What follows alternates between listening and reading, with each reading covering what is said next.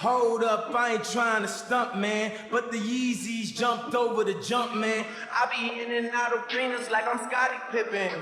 Left my elbow in the pot, a la Vince Carter. Bitch, you wasn't with me shooting in the gym? James Harden with the range on me, nigga, way back. Coach, they won't knock me off my pivot, get it. Been flowing stupid since Vince Carter was on some through the legs arm and a hoop shit. And you can live through anything if magic made it. Ladies and gentlemen, if you don't know, now you do.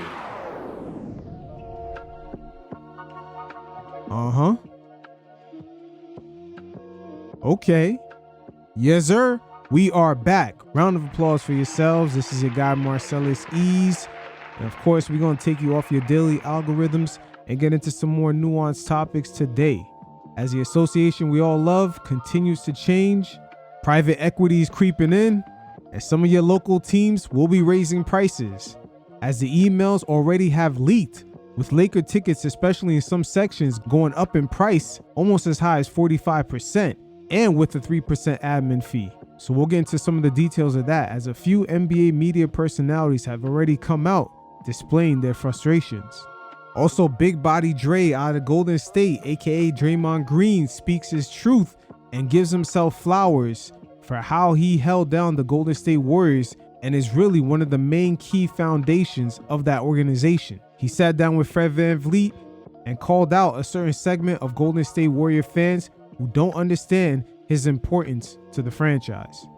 Again, in this brand new NBA media landscape, a lot of guys are fighting to control the narratives around their storylines in the league, as we'll also hear from Dwyane Wade reflect on the 2011 NBA Finals and express the importance of his leadership that season before giving LeBron James the reins. Rich Paul, with the quickness, gave a response and even went as far as to saying that he was happy that LeBron James did not win that Finals in 2011. So we'll dive into the different layers that took place with the Miami Heatles, because these guys in the past few years have both been trying to gain the narrative, so much so that even Rich Paul downplayed the Heat ever even being a big three. And last but not least, we'll be taking a look at how some of the former NBA players are getting finessed in their podcast deals. Because that space is still brand new, the athletes are walking around with an already built-in fan base and not realizing that they are building up shows that certain media conglomerates could just take their name off or just not even have them participate and just carry on with the same audience. There is a value that's tied to it that translates a lot more than just receiving a check. Patrick Beverley had a fallout with a few of his co-hosts on a show that they did on Barstool that carried his name. Also, Gilbert Arenas built up a show with Underdog Fantasy, and now they switched things up so much where he came and record in his own house using the studio that's already in there. So that's not only going to be a great segment to hear on some of the nuances that's taking place within that storyline, but also to my fellow content creators on what to watch out for. So as NBA teams' evaluations continue to climb higher and higher, we're seeing private equity money trickle in more and more. And make no mistake about it, the NBA fandom will be pimped. And in this segment right here, we're going to touch base on Mark Walter, the new Lakers owner. Almost instantly, let it be known that next year's season ticket holders will have to cough up some more of that loot. But there is an interesting conundrum right here, and it is the fact that there is a portion of younger NBA fans, I would say the demographics of ages 8 to about 24 years old. They are not as connected to the league as previous generations, as they do have a lot more things to consume and occupy their time. We'll also hear from the former Bucks owner Mark Lazary, who was present when Giannis had won that championship. He spoke on this very same dynamic. But first, just a little backdrop. NBA media personality Rob Perez let it be known that the Lakers has sent their annual invoice to him, and not only their ticket prices raised for his section about 14%, they also added a 3% admin fee on some Live Nation / Ticketmaster shit. But the lines nowadays are going to start to get blurred with a lot of companies overcharging for certain things, especially as private equity tends to come along and try to buy everything up. Keep in mind, Luka's 10-year Supermax contract is coming up in 2028, where he's going to be eating good and just earning well over $70 million a year. And that's not even the craziest part of his contract. The fact that now in the NBA, teams are afraid of hitting that second apron, just having a player on that large of a deal is going to make it very difficult and expensive to put a good roster around him. So the Lakers more than likely will be on the hook for luxury tax payments, and that can exceed well over $80 to about $150 million plus. Look what happened to the Phoenix Suns when Kevin Durant was over there. Every season they were on the hook for about $150 mil. But the price increases continue to climb up because around the 300 level, there were fans that reported to ESPN that their ticket prices increased by 45%, including that newly 3% admin fee. We all get that inflation is crazy right now, but going from last year to this season, that same section only went up by 12%.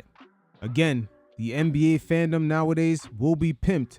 The only difference is that in today's climate, there are way more media options to keep people occupied. Former Bucks owner Mark Lazary gave a great perspective from an owner bird's eye view of this whole situation. And this is where the disconnect lies, especially with owners maybe not realizing that the younger generations do not have the same connection to the games as previous fans. You guys check it out, and every once in a while, I'll check in. Well, I think the way you'll get more value, look, you only make money in sports three ways. So it's ticket sales, sponsorship, and media. So if the Celtics win again, they'll be able to raise ticket prices anywhere between 10 to 20%. If you have a team that's the worst in the league, that team is still raising prices 5, 10%. Nobody stops giving up on their team. It's actually one of the great little secrets about pro sports. Every year, you know, the whole mantra in sports is next year is our year, right? And everybody believes that. So I think you're always going to see that teams are going to keep on growing at sort of anywhere between, 10% to 15%. And Mark Lazary right there has to consider that standpoint is true up into a certain generation due to the plethora of options they have when it comes to their consumption habits. No one in this current era is going to sit down and wait for their favorite team to rebuild for 3 to 4 years. They're going to move on to perhaps maybe their favorite streamer. And I'm really talking about the demographics from ages 9 to 24. There's gaming communities. Their favorite musical artists or even personalities are live streaming from night to night. So the same bond that previous generations had when an NBA Finals would end and they couldn't wait all summer for the season to start back up, that connection is not the same. And now NBA games are very fractured. You got to have multiple streaming services even to tune in. That right there continues to add to the further disconnect or just a lack of connection to the game that younger fans once grew up with. It's another reason why you even see today a lot of the younger players don't necessarily even know the history of the players, even from LeBron, CP3, and the Carmelo era. I tell you what, private equity and just the way they operate, it's going to be interesting to see how they actually break that link between fans just always saying, oh, we got next year, and just that undying loyalty. The odds are pretty high of them just completely pimping that out to a point where people might not even give a fuck anymore. But again, Mark Walter in that Lakers purchase, he used a lot of Saudi money. And him along with his group just owning the Dodgers, which baseball itself has pretty much an older demographic who watches the games. From their point of view right now, they may perceive the NBA as being a lot younger, but that relationship is not a guarantee going forward, especially for that demographic that should be coming up with the game now. But we'll see. Mark Lazary definitely provided some great insight, especially due to the fact that there is a belief even for struggling teams that you could still raise ticket prices. It goes to show you the mindset of what investors that come into the sports space are really expecting. Mark Lazary now, he has pivoted from being the Bucks owner into being in the investment side of just the overall business. We're definitely entering into a new era of just how sports is even operating as far as the relationship with the fans. It's just mostly going to be transactional now. The media side to the revenue, it's not really guaranteed. The streaming services, even with the influx of cash, they're not willing to spend on sports like the broadcast networks did. Look, you only make money in sports three ways. So it's ticket sales, sponsorship, and media. As we all heard, Mark Lazary stated that there's 3 ways of making money in sports. Right there, you can see the downward pressure that's going to be on ticket sales and sponsorships. aka time to pimp out the fan and overload them with gambling ads. But we'll see. For the fans, this is going to be a whole new experience. All right, so Big Body Dre has sat down with Fred VanVleet, and he expressed a lot of sentiments about some of his naysayers, especially the ones within the Golden State fan base who wanted him traded for Giannis. He lets it be known that the franchise was a losing organization, very similar to the New England Patriots before Tom Brady and Bill Belichick started winning a bunch of Super Bowls. But this was an interesting sit down. There's a lot of nuances in between the lines that we're going to get to, but my man Dre definitely went in and even gave himself flowers, as he should. The player archetype that he is will not stand out on the stat sheet, but the impact is truly undeniable. The hierarchy of the Golden State Warriors was always interesting, Steph being the most talented. Personality-wise, he is a true leader, but he's a bit more reserved. The same thing would apply for Klay Thompson, but Draymond Green, being the least talented out of the three, is definitely the enforcer and pretty much the glue that keeps everything together. There have been champions in the past that have a very similar impact. Bill Laimbeer of the Detroit Pistons, and I would say Bill Walton of the Portland Trail Blazers. Again, this interview was interesting, and there's a lot of dynamics in between the lines that we'll touch base on. First, he started off expressing some of his sentiments with Steve Kerr's comments about the Warriors dynasty being over. You guys check it out, and every once in a while, I'll check in. I think for myself, you see all the things that come out in the media, right? Like, this thing, that thing. And, you know, you saw what Steve said a couple months ago, or a month ago or so. And everybody's like, oh, man, he tripping, he gave up. It's like, nah, bro, that's the reality. Like, and it happens to everyone. Thankfully, you're in that spot that it can happen to you. Right. You know what I'm saying? Like, most people don't get the opportunity for it to happen to them. Wow. Gratefully, we're all grateful to be in the spot where it can happen. Now, we're competitors, right? Like, still want to win. Still going to try to do everything you can to make it happen. To be on the other side of it, because we're definitely on the other side of it. Like, Right. you know, can we still possibly tweak it? I think we always get. You got Steph Curry? For sure, you got a shot. You always got a chance, right? Like, Sure. so that's going to keep happening. But we on the other side of it. And being on the other side of it is interesting because a couple things is interesting. When you watching young teams and you can see those that can and those that won't, because you know what it looks like, right? You know what the guys, the makeup of the guys must look like. I was watching OKC earlier this year, and I was sitting on the bench, and I was just like, damn, I remember that. They rolling. I remember that. Yeah. Like, It's a machine. you know what I'm saying? Like, no matter who they put in the game, Yeah. it's just raw. I remember that. You know what I'm saying? And it was very interesting to watch. Now that matchup he's talking about was a warning shot to the rest of the league. They were rolling like that, I believe, without Jalen Williams. And just the way they started off the season looking like an unstoppable team. Of course, like many teams trying to go back-to-back, you got to pace yourselves, and they hit a few stumbling blocks. But make no mistake about it, from top down, that is a bona fide team. People wanting to kick you when, like, bro, every night. Every night, motherfucker want to kick you while you're down. And I respect it. I respect it because we wasn't taking it easy on nobody. So at all. as I respect the competitors that's like, oh no, it's my time to get you back.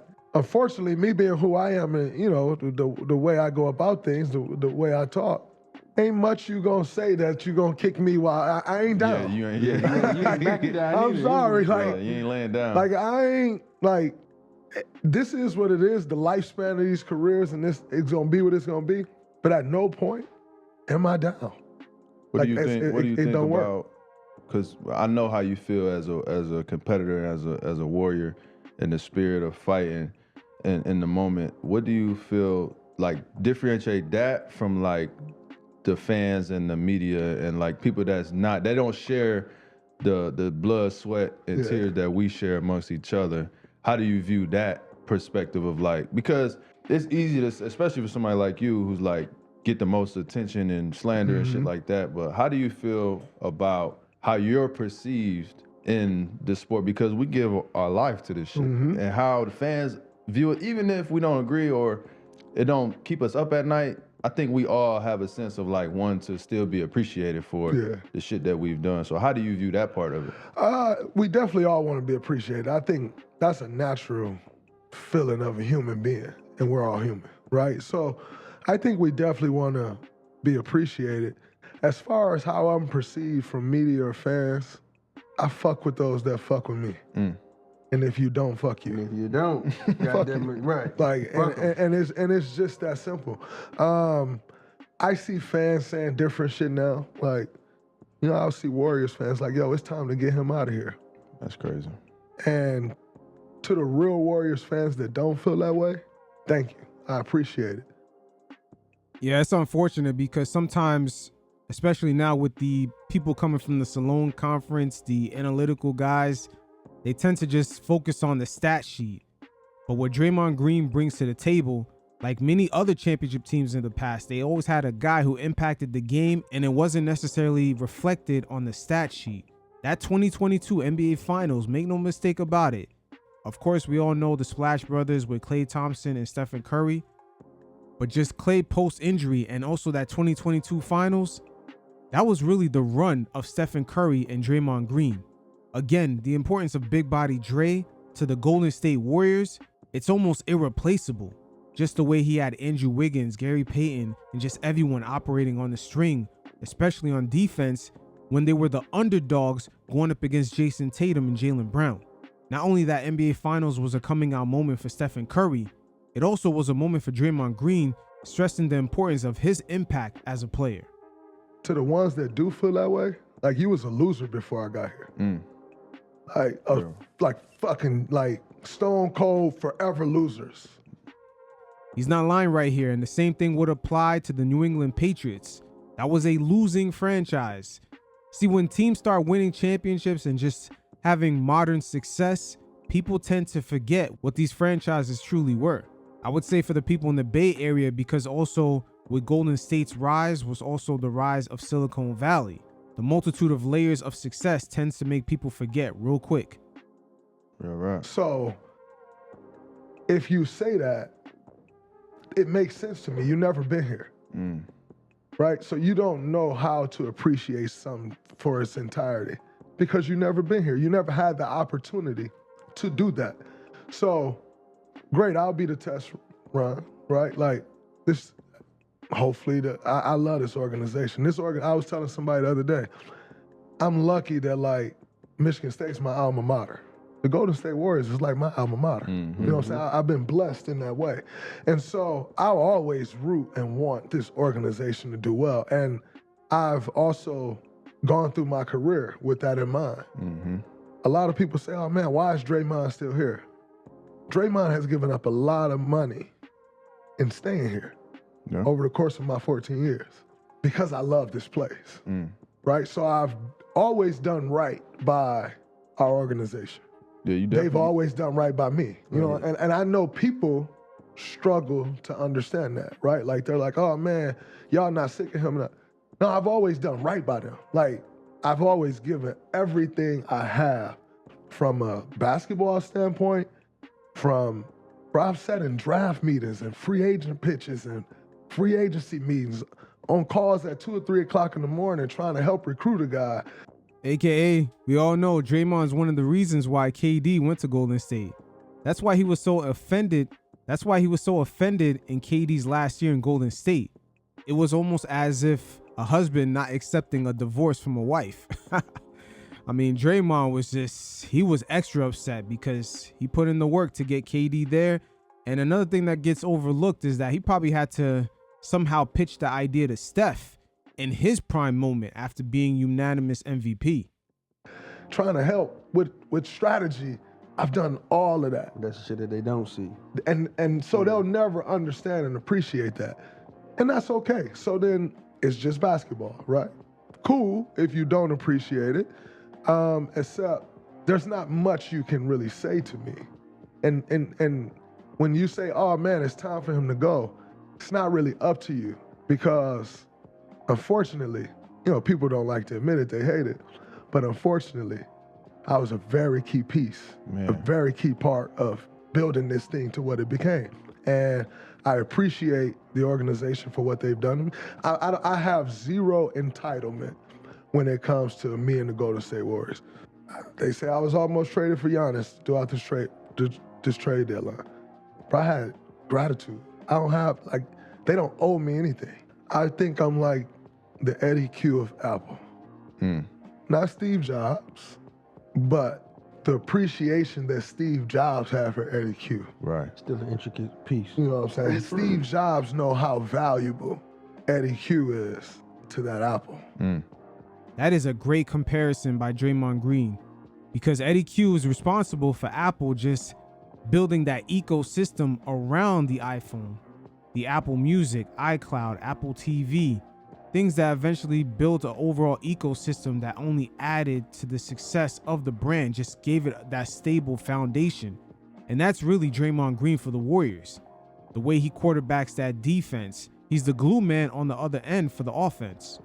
That's one of the reasons why it's always confusing when you hear fans kind of downplay Draymond Green. Just the overall Warriors foundation really kind of starts with Draymond Green.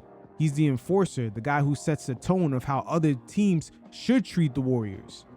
These are interesting times. I'm telling you, a lot of the Salone Conference analytical guys, they just don't see certain nuances of the game as it almost is an art form in a way. And we all know Steve Jobs is the man. Steph Curry is the man. For sure. There's not a person in this world that feels more strongly about that than I do. Like, Steph Curry is the man. But Michael Jordan had Scottie Pippen. Michael Jordan had Dennis Rodman. I will never be Steve Jobs. I would never be Mark Zuckerberg. That's Steph Curry. But, and I can say this with pride and not from a malicious space at all, but that thing don't get built without me. And yet, I have so much appreciation for my role in it and how I've gone about it and how his skill set and Clay's skill set and KD during his times, how their skill set fit with my skill set. But I've been a winner my whole life. So winning isn't new to me. Like, I've won at every level I've played at my entire life.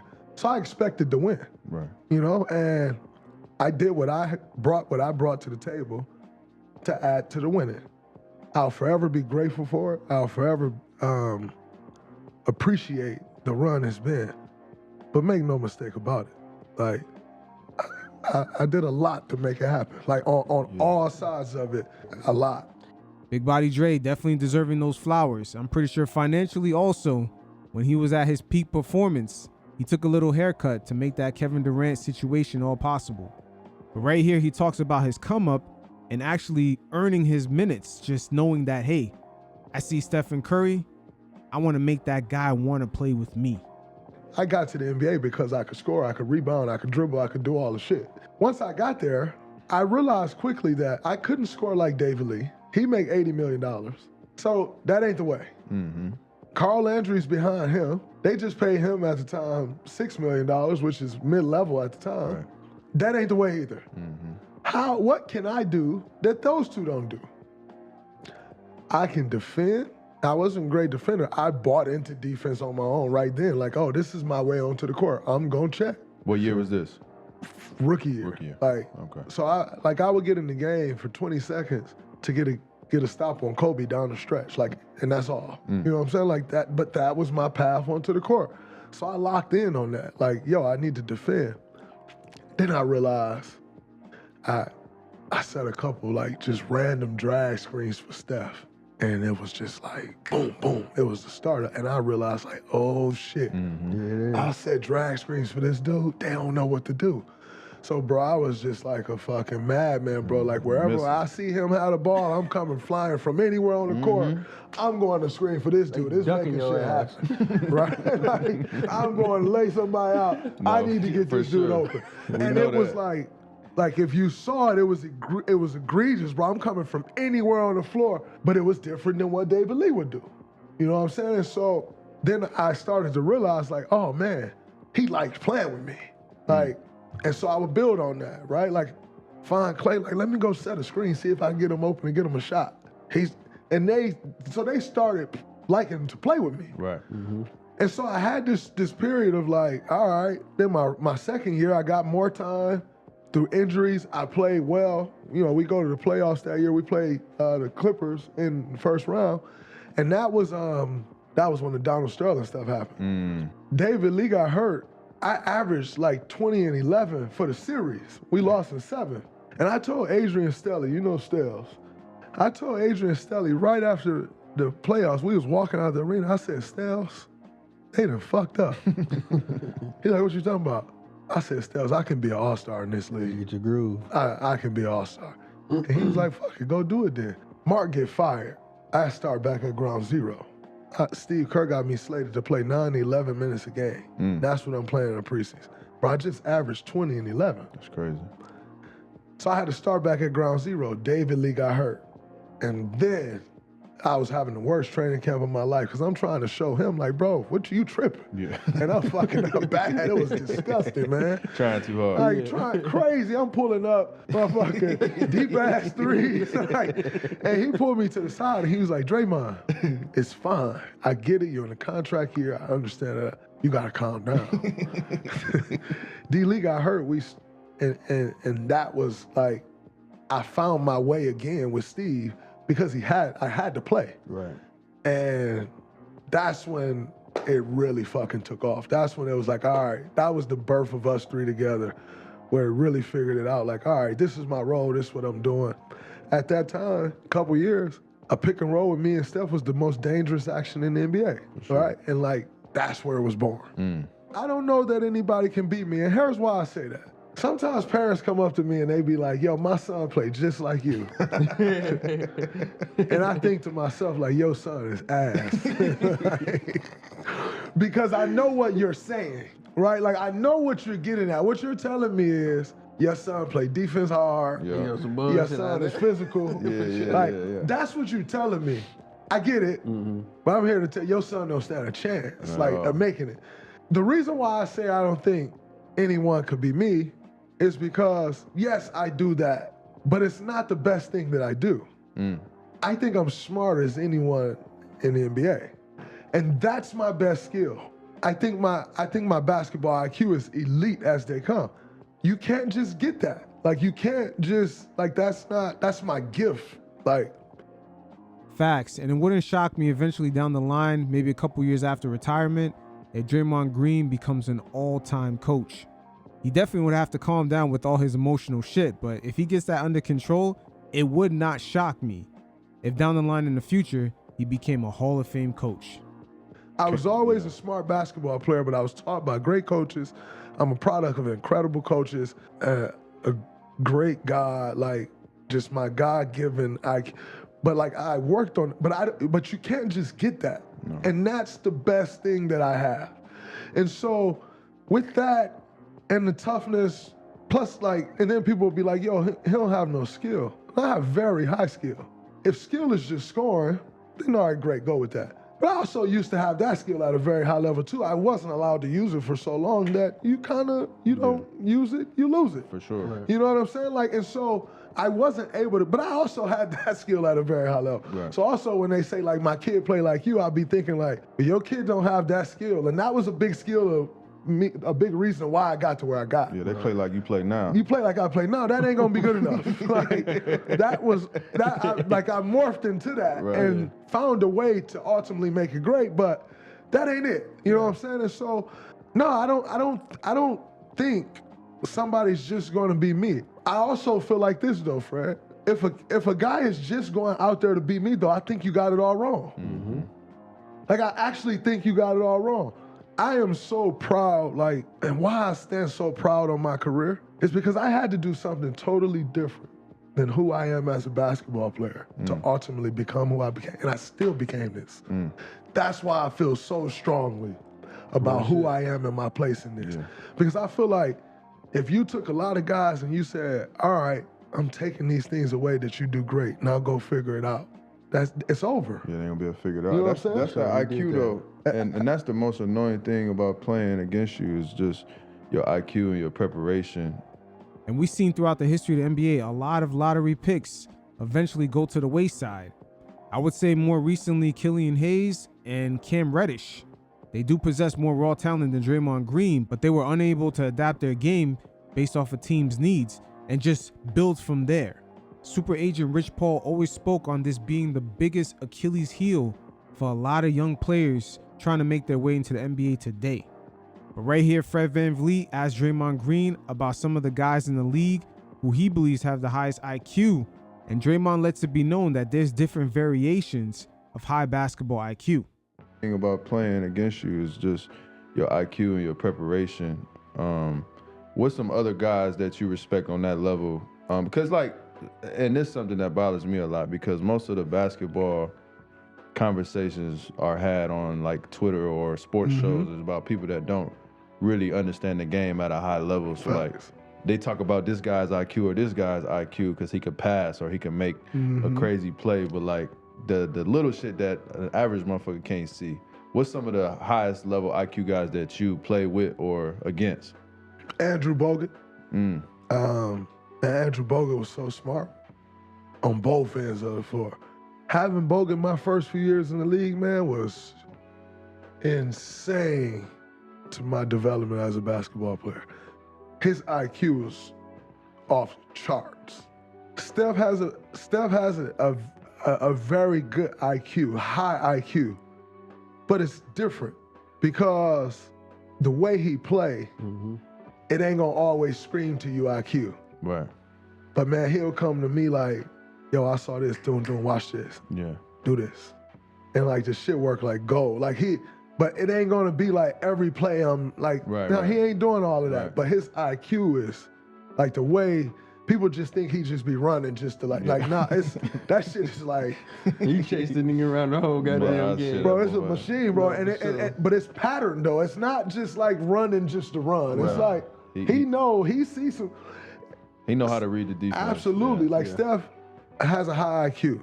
But when you're talking about like playing against Bron, I love playing against Bron. Like, especially when we was really in that 2015 to 18. I feel like that was some of the highest level basketball I ever played. That right there is something that doesn't get talked about LeBron enough. That guy is like a fucking basketball wizard at the same time, just built in that Thanos body. That right there is what really separates him raw talent wise from someone like Kobe. And yeah, I know a lot of Kobe fans are going to get upset about that, but it's fairly obvious. You could just look up the results of their matchups, from the win totals to even their stats. LeBron basically is like a fucking machine built with an AI mind when it comes to just breaking down the game. I feel like that was some of the highest level basketball I ever played. It was 4 in a row, right? Yes. Yeah. And it was a chess match. Every fucking play down the floor, he's doing this, I'm plugging there. Oh man, he saw this. How can I do, hey yo, go right here, put this guy, like, it's chess, man. And playing against him was insane. CP, the way CP could manipulate a game, guys that size can't manipulate games like that. Especially after he lost his athleticism. CP3 used to be dunking on guys when he first came into the league down in New Orleans. The fact that he changed his game like that and was still successful after losing all that athleticism is crazy. Like it's hard to manipulate a game at an NBA level. And CP at 6 feet, 180 pounds, if he's lucky, was able to manipulate games like that and like put guys in these positions that was just crazy. The refs, the coaches, the players, the fans. Everybody. You know what I'm saying? Like, to play against those guys early in my career was like, oh shit. Like, I gotta keep going. You know what I'm saying? I gotta learn more. I gotta know more. An underrated IQ guy nobody talks about. They talk about his tenacity. His IQ was off the charts. Tony Allen. Tony Allen IQ was insane, man. Everybody talk about, how he defended. All that shit was great. His IQ was off the charts. Tony Allen, AKA, they called him the Kobe stopper. But again, when it comes to basketball IQ, a lot of the role players, that is something that they're forced to develop a lot more, just the inner details of the game, and they do make the best head coaches. So I've been fortunate to play against guys and be able to steal and pick from guys and watch and see how their brain work and just to learn and pick shit away from. Now, in newer age, young Ja was on that path. You know what I'm saying? He was on that like chess play. And he's been with the injuries and team switching. Yeah. But his IQ crazy. His IQ, man, Ja, he's so athletic. Nobody talks about his IQ. Ja got a crazy IQ. Yeah, real point guard. Absolutely. That's another thing that gets overlooked with Morant. He was impressing a lot of the beat writers when it came to just his overall basketball mind when he first started out. But it goes to show you with that organization, just the wrong head coach changes how a player could completely disintegrate. And some of that does fall on Ja. I can't deny that. Yourself. And playing, like you beat us. Kawhi was great. But you were the reason we lost in the finals. We had nobody to match up with you.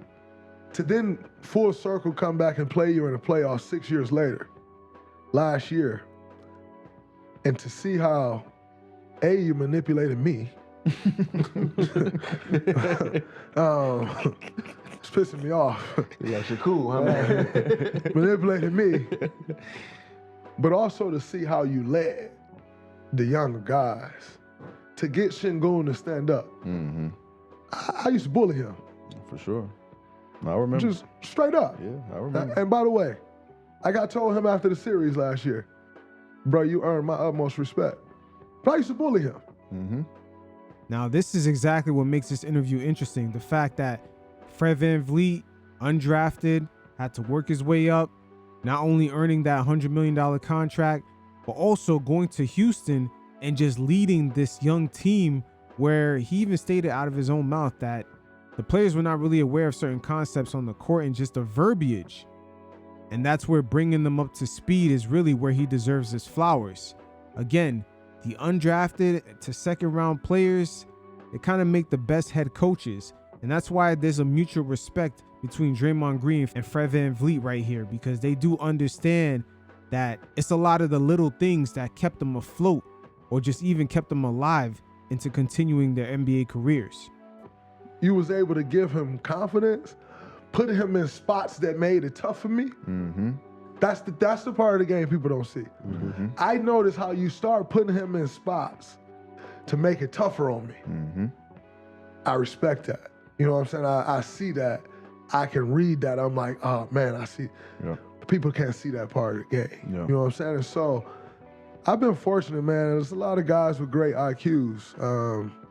And I try to learn from everybody, bro, including coaches. Like, bro, I'm trying to learn from coach. I try to learn from everybody. Yeah, I watch the coaches just as much as I watch the players. And it's one of the reasons why people think I want to coach. I don't want to coach, but I think it's like you could learn probably more from watching the benches and the coaches and what they doing and what they calling to put you ahead of the game too. Your IQ is crazy. It's probably, like you said, your greatest gift, which makes me laugh more when you be crashing the fuck out. Again, with Draymond Green, if he controls his emotions, especially after retirement, it wouldn't shock me if he eventually becomes a Hall of Fame coach. He does possess that sort of ability in him. And you could point to no further than his 2022 playoff run into a championship. But right here, the fellas touch base on the real issue with the All-Star game and just how it could be fixed with superstar players not necessarily in their daily routines. Everybody always say, you got to pay these guys more money. You got to do this. You got to do that. I hate that shit. That's bullshit. Yeah, I hate that shit. You ain't pay Kobe Bryant more money. You ain't pay Kevin Garnett more money. You didn't pay Michael Jordan more money. You didn't pay them more money. However, I think now the athlete today knows more than those guys did. For sure. From a health standpoint. We got all the science, the data, all the shit that we have. And in turn, with all of that, you then build out routines, right? In order for me to get ready for a game, my routine is about an hour and 15 minutes leading up to that game, but it also starts in the morning of the game. Like, it's a whole thing. For sure. If you want a real game, create a real day. That's going to be very difficult because for the most part, that whole All-Star weekend is like a promotional affair for the media as well as the league. A lot of the players are just hopping around doing a bunch of interviews and making a bunch of appearances. Their routine is completely thrown off. I don't know how Adam Silver would be able to alleviate this situation. That the players can use to get ready for this game. That's how you get a real game. It's not, yo, you got to play Luka Doncic $1 million for him to play hard. You got to pay LeBron. It's not that. Yeah, no. It's that no one's in routine. You're taking pictures and stuff before the game. Concerts. You know, you got all of these things. It's not about the game. Yeah. So the problem that I have with it is everyone's complaining about the game.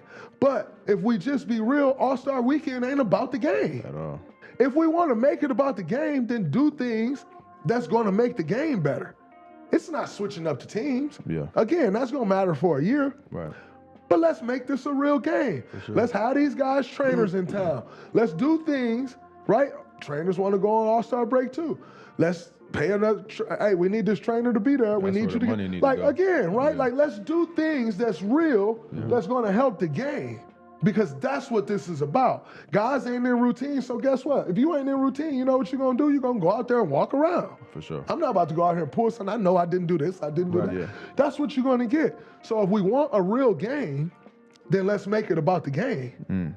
But the reality is, what nobody don't say is, All-Star Weekend ain't about the All-Star game. When you get to the All-Star game, you at the end of the weekend, you like, fuck. Yeah, I'm about Now to we go. got a game? I'm about to Then go. get me out of here. I'm trying to go to Cabo. I'm Yeah, trying to go I'm here. trying Get to me go. out of here now. Yeah. So if we want to make it about the game, make it about the game. I also think this, Fred. I think All-Star Weekend lost some of its lust. All-Star Weekend used to be a cultural fucking phenomenon. Everybody in the world was there. And I think we got a little beside ourselves having All-Star Weekend and I love Richie P, love my people from Cleveland, but you have All-Star Weekend in Cleveland. That was my only one. Oh, man. Indianapolis, Salt Lake City, God bless him. Charlotte. So you gotta give 'em a chance. These aren't like, now, again, if you want it to be something, put it in LA, put it in Toronto, put it in New York, put it in Miami. San Francisco was good. Put it in Houston, put it in places people want to be. Also, let me say this. The players are going to have to create moments within that weekend. The fact that a lot of the younger guys don't want to participate in the dunk contest, they don't necessarily have the name cachet just on a household level to be skipping out on these events. Vince Carter was able to gain a lot of brand equity through the dunk contest. Same thing for Kobe, Jordan. These moments is what builds that type of cachet. For Anthony Edwards, Zion, all these guys to skip out on it, they basically missed out on cultural timestamps that could forever be marketed. There would be no end date on that. There's still young NBA fans today who are watching Vince Carter's dunk contest, and he was already retired by the time they were 2-3 years old. Again, that's a marketing opportunity that a lot of the players are missing out on to be just that household name for the casual NBA fan. Maybe someone like your parents, your mother, your aunt, they would know of that person through these viral moments. Right? Because again, what a part of the lust of All-Star Weekend was the draw. It ain't the draw no more. Right? So how do you do those things? Last year, San Francisco was good. This year, LA was pretty good. I thought it was better. You got it. Next year, Phoenix. Put this thing in place. I Make was it just focused back on, what it used to on be. the game. Like, because we talked about it, obviously, when I took the job and what can we fix. And I'm just like, look, whatever y'all got to do, just make sure the players focus on the game. Make it it's easy for them. Because the realest shit about us is if you tell us to show up, we're going to show up. You put us in our environment, we're going to do what we do. Absolutely. And so we got to focus on that. That's going to be easier said than done. But Adam Silver has another nemesis when it comes to just the overall luster of the All-Star game, which is social media. Fans already have access to these players 24/7, and the All-Star game doesn't necessarily have the same appeal that it once did. So that's where younger players participating in the dunk contest or just having certain moments in the All-Star game itself is going to be very pivotal. But the fellas also touch base on the 65-game rule and just this brand new CBA that kind of has players in a very touchy point with the owners. Teams today have a lot of excuses of why not to pay guys. The 65-game threshold rule is one, and also that second apron. But the players, as well as their union, did agree to this. And now we're only a few years into that new agreement, as there's a lot of chirping coming from the players because they realize, fuck, we got finessed. You want to talk about the CBA? Yeah, go ahead. Dog shit. Okay, how do you want to fix it? Well, I think the first mistake was we let a hard cap get in. And believe it or not, it's hurt everyone. It's hurt players. It's hurt agents. It's hurt coaches. It's hurt development. It's hurt so many different things. Right. And the only players that really benefit is the very top of the line guys. SGA, Luka, LeBron. You have to be on that level to just get your max deal with no questions asked. If you fall anywhere from the top 7 to 15 guys in the NBA, you got to fight for your money. We seen Jimmy Butler almost hold out in Miami. Same thing for Brandon Ingram going all the way to Toronto. Shit, even the Pelicans GM had admitted that Ingram basically had no market because teams were not willing to just pay around $40 million for a player that's pretty much a top 30 guy, top 25 to, you could say anywhere 15 on. There's a lot of hesitation with owners when it comes to that tier level of players. I'll throw a link in the description below. Mark Cuban also spoke about this, where in his words, owners were going to start paying guys not necessarily off their talent, but off the tier level that their talent actually falls in. And all this is really happening because teams do not want to hit that second apron in the luxury tax.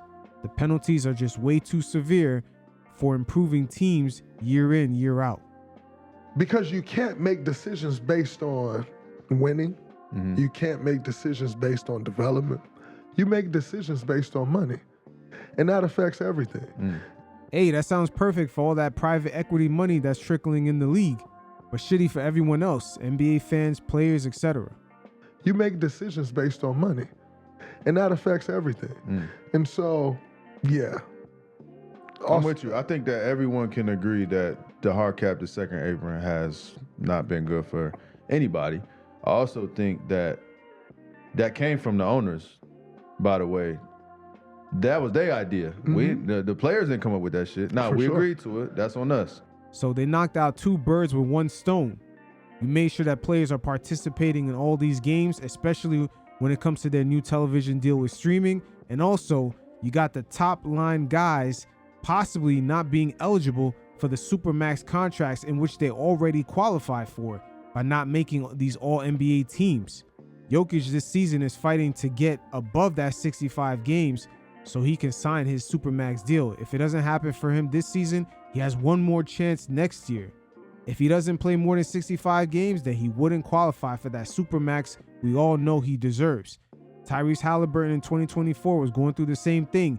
He risked further injury just to hit that 65 game threshold so he could make an all-NBA team and sign for his Supermax deal.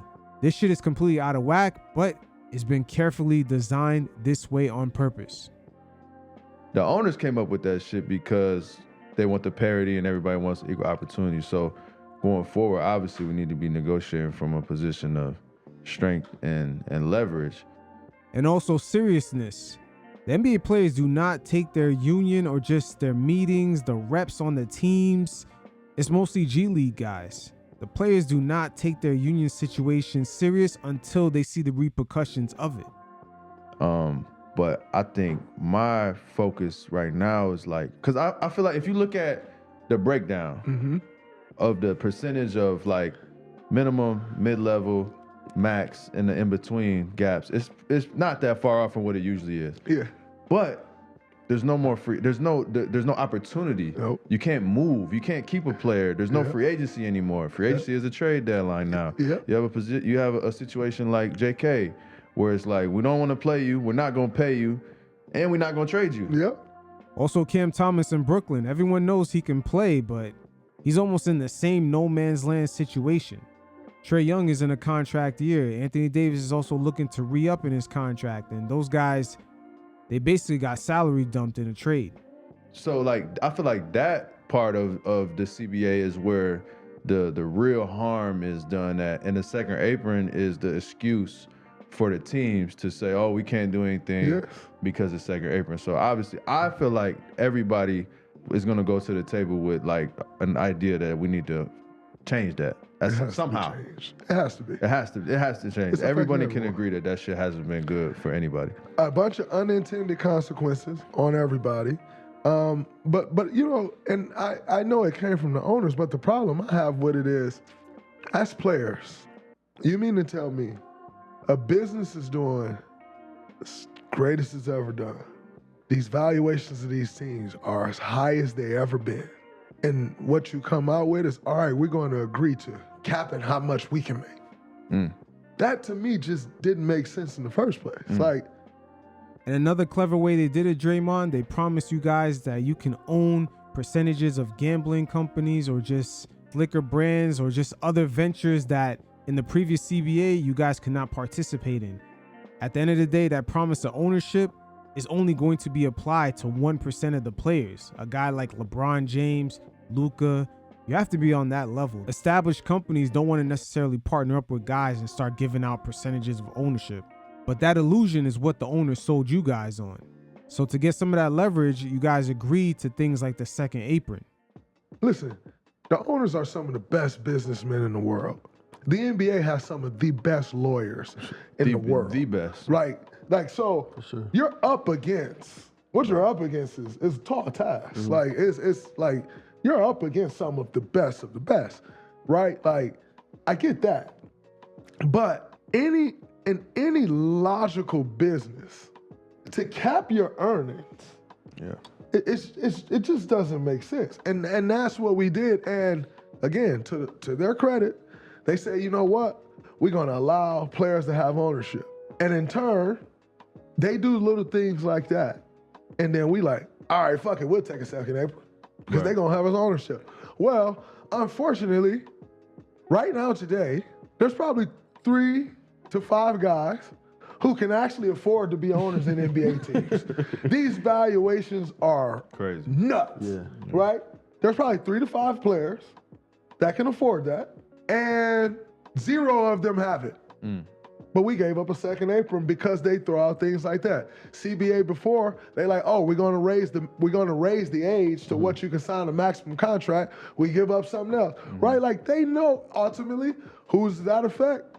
CP get a max, Bron get a max, but most 36-year-olds can't get a max contract anyway, right? So like, Steph get a max, right? But like, no, I'm with you. You know what I'm I'm saying? So I think they throw out these things, and they're great businessmen. They throw out these things that they know they can get us on. We agree, and we give up shit that's like a second apron, man. Look at baseball. They like, fuck that salary cap. We not having one. Real shit. Y'all heard it here first. Draymond Green, Vice President, 2027. You gonna help me out, motherfucker, with all this shit. 65 game rule. It's been a big deal now because Joker and Shea. What do you think about that? Another thing I think has a bunch of unintended consequences. No, Draymond, all those things were intentional. Once again, you said it out of your own mouth that the NBA had teams of some of the best lawyers available.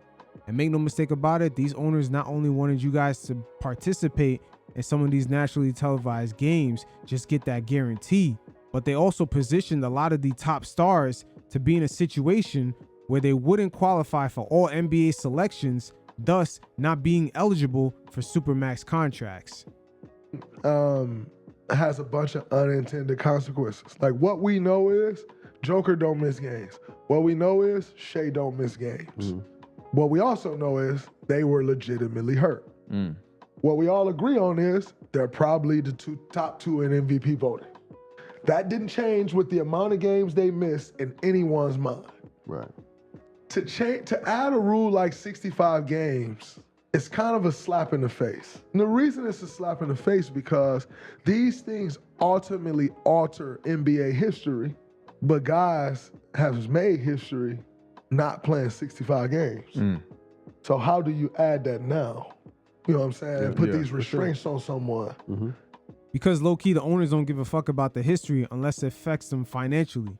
See, the fact that they're willing to change certain players' all-NBA just accolades, but yet not go back on the 82-game schedule, because one of the options saved them money versus the other one, it loses them money. Again, the 65-game rule, that shit is attached to guys making all NBA, which is also attached to guys being eligible for certain Supermax contracts. But you can look in the record books and see Kawhi Leonard won Defensive Player of the Year playing 58 games. Mm-hmm. That alters the course of history for a rule to change one simple thing, which is load management on the road, essentially. Right, basically. You know what I'm saying? Yeah. But it has all these unintended consequences because we got two guys who don't miss games, but they legitimately got hurt. Yeah. Right. And they could possibly lose. And the opportunity to make an MVP, to win an MVP, based on a rule that was put in for something that has something totally different. Like moving the goalpost. You know what I'm saying? So I think the rule is terrible. I think, listen, you know who the voters are. They make the committee. Send out something to your voters that say, hey, maybe we should take into account the amount of games someone played. Maybe you let the voters take that into account on their own. But that was my rebuttal was it should be a reference point, not a rule. And then two, I want to go back and goddamn rewrite the committee in the first place. Yes. Because if you go down the list of who voting on what, it's a little crazy now. Bad. It's bad. Like we need some real like basketball aficionados, people that the players respect, former greats that people respect. Because it's like it's not all of them, but it's some crazy people that get to vote. Like this motherfucker could vote better than some of them. Absolutely. You know what I'm saying? He never played a high level basketball, and neither have they. They have. You know what I mean? And that don't determine if you know the game or not. But I'm just saying like. I think that all of that shit could be revamped in a way that it would result in like a better process. Yes. There's just too many things tied into some of the players being eligible for their version of the Supermax. You have media members who have relationships with certain GMs and just team presidents, even owners. So their votes and agendas being tied to players making all NBA was already kind of deemed suspicious. Now you add on the fact that for them to even have a chance to vote for you, you have to play more than 65 games. It's just a huge clash, and some of the leaders of the Players Union, they have a lot of work ahead of them. But last but not least, Big Body Dre gave some great insight onto how he wants to be remembered as a player for the Warriors. I want to be remembered as a winner. That was always my goal. That was, Coach Izzo. I love that man.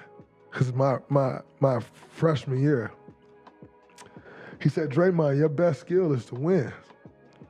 You're a winner. You should always want to be remembered as a winner because that's the best thing you got going about you.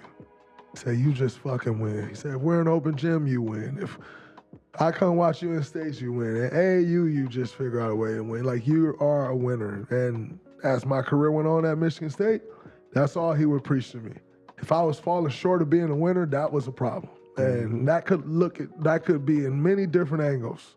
But that was his vision. And as a winner himself, he taught me how to be a winner. I always won, but as you go to these levels, they get heavier and heavier and tougher and deeper, and you got to learn more and more.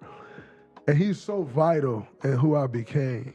And so I want to be remembered as a winner. And everything outside of that, I really don't give a shit about. Like defensively, I want to be remembered for my defense, of course, but I don't give a shit like if you really think I'm the greatest defender or not. Like, I know my place. I know what I do. I know opposing players don't want to see me in action. I know opposing players got to think twice about doing something if I'm on the floor. I know they got to go to a secondary thing they wanted to do because I plugged the gap that they had that they was trying to exploit. And so I have so much appreciation and knowledge and understanding that I don't need that. I don't need like these individuals like, oh man, I just want to be remembered as a winner. And as long as I'm remembered as a winner, like that embodies everything I set out to do. Like, sure. I didn't set out to become the greatest player ever. I didn't really, if I'm honest, even set out to become the greatest defender ever. That was never my goal. Along the way, it's like, damn, I'm really good at this thing. How far can I take it? But I just always wanted to be remembered as a winner. And in year 14, I'm a lot closer to the end than I am the beginning. I can honestly still say that's it. And so when you see me losing my mind in the huddle where everybody like, yo, they probably don't have a chance to win, I don't give a fuck. because losing just never gonna sit well with me. Like, I will never just accept losing. That shit fucking sucks. So I don't give a fuck what anybody thinks. If I have to go there to that moment, I'm gonna go there to that moment because I wanna fucking win by any means necessary. By the way, any fucking means necessary. Literally. Because right there. Like, So, I tell Steve all the time, like, if we got a group in, people be tripping about my minutes this year, right? Like, oh man, I see people talking like he benched Draymond. No, I told him to. Like, we are rolling. I will sit over here. Steve will come over like, hey man, you want to go back? What you think? No, we let them go. Bro, I want to win. I don't give a shit how it looks. I want to win. When I got taken out of the game in the Boston series and benched and off, I don't give a shit, bro. You ain't getting no. I want to win. Facts. So whatever we got to do, that's all that matters to me. So in the end, when it's all said and done, as long as I left my mark as a winner and people feel like, man, that dude just figured out a way to win, I accomplished what I set out to accomplish. Well said by Draymond Green. And it shows you nowadays that the sky is the limit for a lot of these guys coming out of the second round or even undrafted like Fred VanVleet. You could still land well over a $100 million contract. But to hone this all in, at the end of the day, the importance of Draymond Green to this version of the Golden State Warriors with Stephen Curry and Klay Thompson and just their overall run cannot be measured. The hierarchy throughout the NBA is already out of whack, but when it comes to this team, Stephen Curry is the most talented, but just the overall aura, the vibe, the tone, a lot of it has to do with Draymond Green, even the Kevin Durant portion of this whole Golden State Warriors story. He is the initial person that saw a chink in the Oklahoma City Thunder's armor and slowly wheeled Kevin Durant in. But it is what it is. Draymond Green, he can't get enough flowers, and we all shouldn't mind hearing him flex his muscles, as he is already in an elite class of NBA players to achieve a lot of greatness at the highest levels. So NBA legend and all-time shooting guard Dwyane Wade had did a sit-down where he reflected about his time in Miami with LeBron James, especially what went down in that 2011 finals, and what key moments in that inaugural first season that kind of led D Wade to take a step back and hand LeBron James the keys. Now in this segment, it is going to be multi-layered, as we'll also hear from Rich Paul as he responds in that podcast that he has with Max Kellerman, giving his side of the story. And that right there is the real purpose of that show, is to help propagate some of the narratives that are going around, especially as they catch so many arrows in LeBron James last season, but they're also jostling for position to make sure that when LeBron does retire, his name is still ringing out there in the ecosystem, because he does have a lot of financial backers that are relying on the monetization of his name. That's why the fellas down in Miami and just this Heat culture, there's been a slow cold war between the two, even though they are cordial. But again, they're jostling for position with the overall Big Three narrative. And to kick this off as a backdrop, let's listen to Rich Paul touch base, telling Pat McAfee that the Miami Heat Big Three really wasn't a Big Three, and sort of downplaying Chris Bosh. That's not the end all be all. I always love a big two. I don't really love a big three. I don't really. People talk big three, but the big three thing has never really worked. And you say, well, what happened in Miami? That wasn't really a big three. There was three guys that went in the lottery, and they did really well individually on their team. So they put up big numbers and had big accomplishments. But when you think about it, Bosh was the ultimate professional. He took a back seat, and he played a role in which, because he had such a high IQ and he was such a professional as an individual, his approach to everything is what made that work. When you look in Boston, okay, you can say Ray Allen and Kevin Garnett and Paul Pierce was a big three. Again, thinking about names, but the way that offense was ran, Rondo's capability during that time, it was a lot different. When you've seen people go for that, it never really worked. Again, with the current media landscape the way it is right now, just with the technology making available for guys to get their voices out and just try to control the narrative, we're seeing certain people tailor the information in a way that suits them. First of all, the NBA had many star duos. So LeBron joining D Wade in Miami, if it was viewed as just only a big two, that would have never been such a huge ordeal. Second of all, Chris Bosh is nothing to scoff at. He was forced into early retirement and was still a first ballot Hall of Famer. He definitely was a top 10 player at the time when he went to Miami. Every team was trying to get his services. And here's a scenario that we all have to reevaluate at some point. How many first ballot Hall of Famers that LeBron James will end up playing with by the time he retires? Kevin Love, Kyrie Irving, Anthony Davis, Derrick Rose, Russell Westbrook, the list goes on and on. So that dynamic right there is going to be very hard for guys like Rich Paul to tap dance around and try to change the course of history. But right here, D Wade in the sit down reflects on his first season with LeBron in Miami. And let's not forget, he was the leader that season. The videos of the press conferences are out there. D Wade answered all the questions. LeBron was definitely the most talented, but him being in that villain role, he definitely was little brother, even shying away from the media in ways he never really did before. Even though Dwyane Wade was in his same draft class, the franchise that he went to was led by a person with real championship experience, aka Pat Riley. So there were definitely learning lessons that LeBron James had not yet experienced that D Wade was already made aware of before his arrival. Eventually, LeBron took that blueprint and returned back to Cleveland. Let's not forget that. D Wade right here gives great insight to how he even got to that level of just understanding leadership, especially being a young player alongside a lot of veteran players, guys like Gary Payton, Antoine Walker, and other former All-Stars. You guys check it out, and every once in a while, I'll check in. I knew what it looks like when you have a star player who has to take a different seat. Not a back seat. You just got to take a different seat. And Shaq did it. I watched Shaq did it when he came in from LA. He immediately put himself in a different seat, and he didn't try to be the lead dog.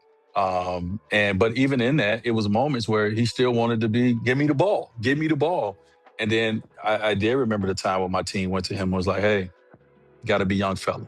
You got to be the one to take us. And I remember the conversation then Shaq had with me after that. And so think about it, I'm 24 years old, and I got Gary Payton, Hall of Famer, Shaquille O'Neal, Hall of Famer, Lonzo Mourning, Hall of Famer, Antoine Walker, Jason Williams, like all these guys looking at me like, all right, young fella, you the one. Like, let's go, do your thing, and we're gonna back you up. Like the freedom that they gave me, because what you do in that position is you overthink a lot, Zach. When you have guys that you know you need to get the ball to, you don't play your full game. You kind of be hesitant. And I was a little hesitant because I had so many guys that I respected as a young guy, and I wanted to make sure that they were all a part of it. And they looked at me like, stop respecting us so much. Go do it. Like, go be you. And it just unlocked it. And so I guess what I did when it came to LeBron and him and I conversation, I don't want to take all the credit. Obviously, he's one of the greatest to ever play. But I just want to unlock, his thought process, because I saw a little hesitation from him the year before. And we were really good. If you go back, I averaged 25 and a half. He averaged 26. Numbers were, kind of equal in a lot of areas. And we were really dynamic, like the best duo in the league. But we didn't get together to be the best duo in the league. We got together to be champions. Now, right here, D Wade is explaining the mindset and just the experience that he had is exactly what LeBron was missing that first year he was in Miami. Sometimes the stat chasers get lost in just the analytics and just the numbers that LeBron has, but there are other key components when you're talking about being on a championship level. And that whole venture with LeBron James being in South Beach was really to get that blueprint. Well, how do we unlock that? And this is how to unlock it. We have to let the best player in the game be the best player in the game, and he has to take all the thought out. And so I put myself in kind of a role that Shaq did, or that GP and them did at that time, to say, this is our best way. This is our best opportunity to win. It's this guy leading us. So let's get out the way. Let's talk our egos. And let's do what we got to do to make sure that this guy can lead us. I've always wanted to ask you this. 2011 finals. 2011. Sorry. But this. I'm the steward of basketball fans in this position. I have to ask you this. LeBron is clearly having some sort of mental meltdown. His mind is his confidence, whatever it is, something is wrong with LeBron.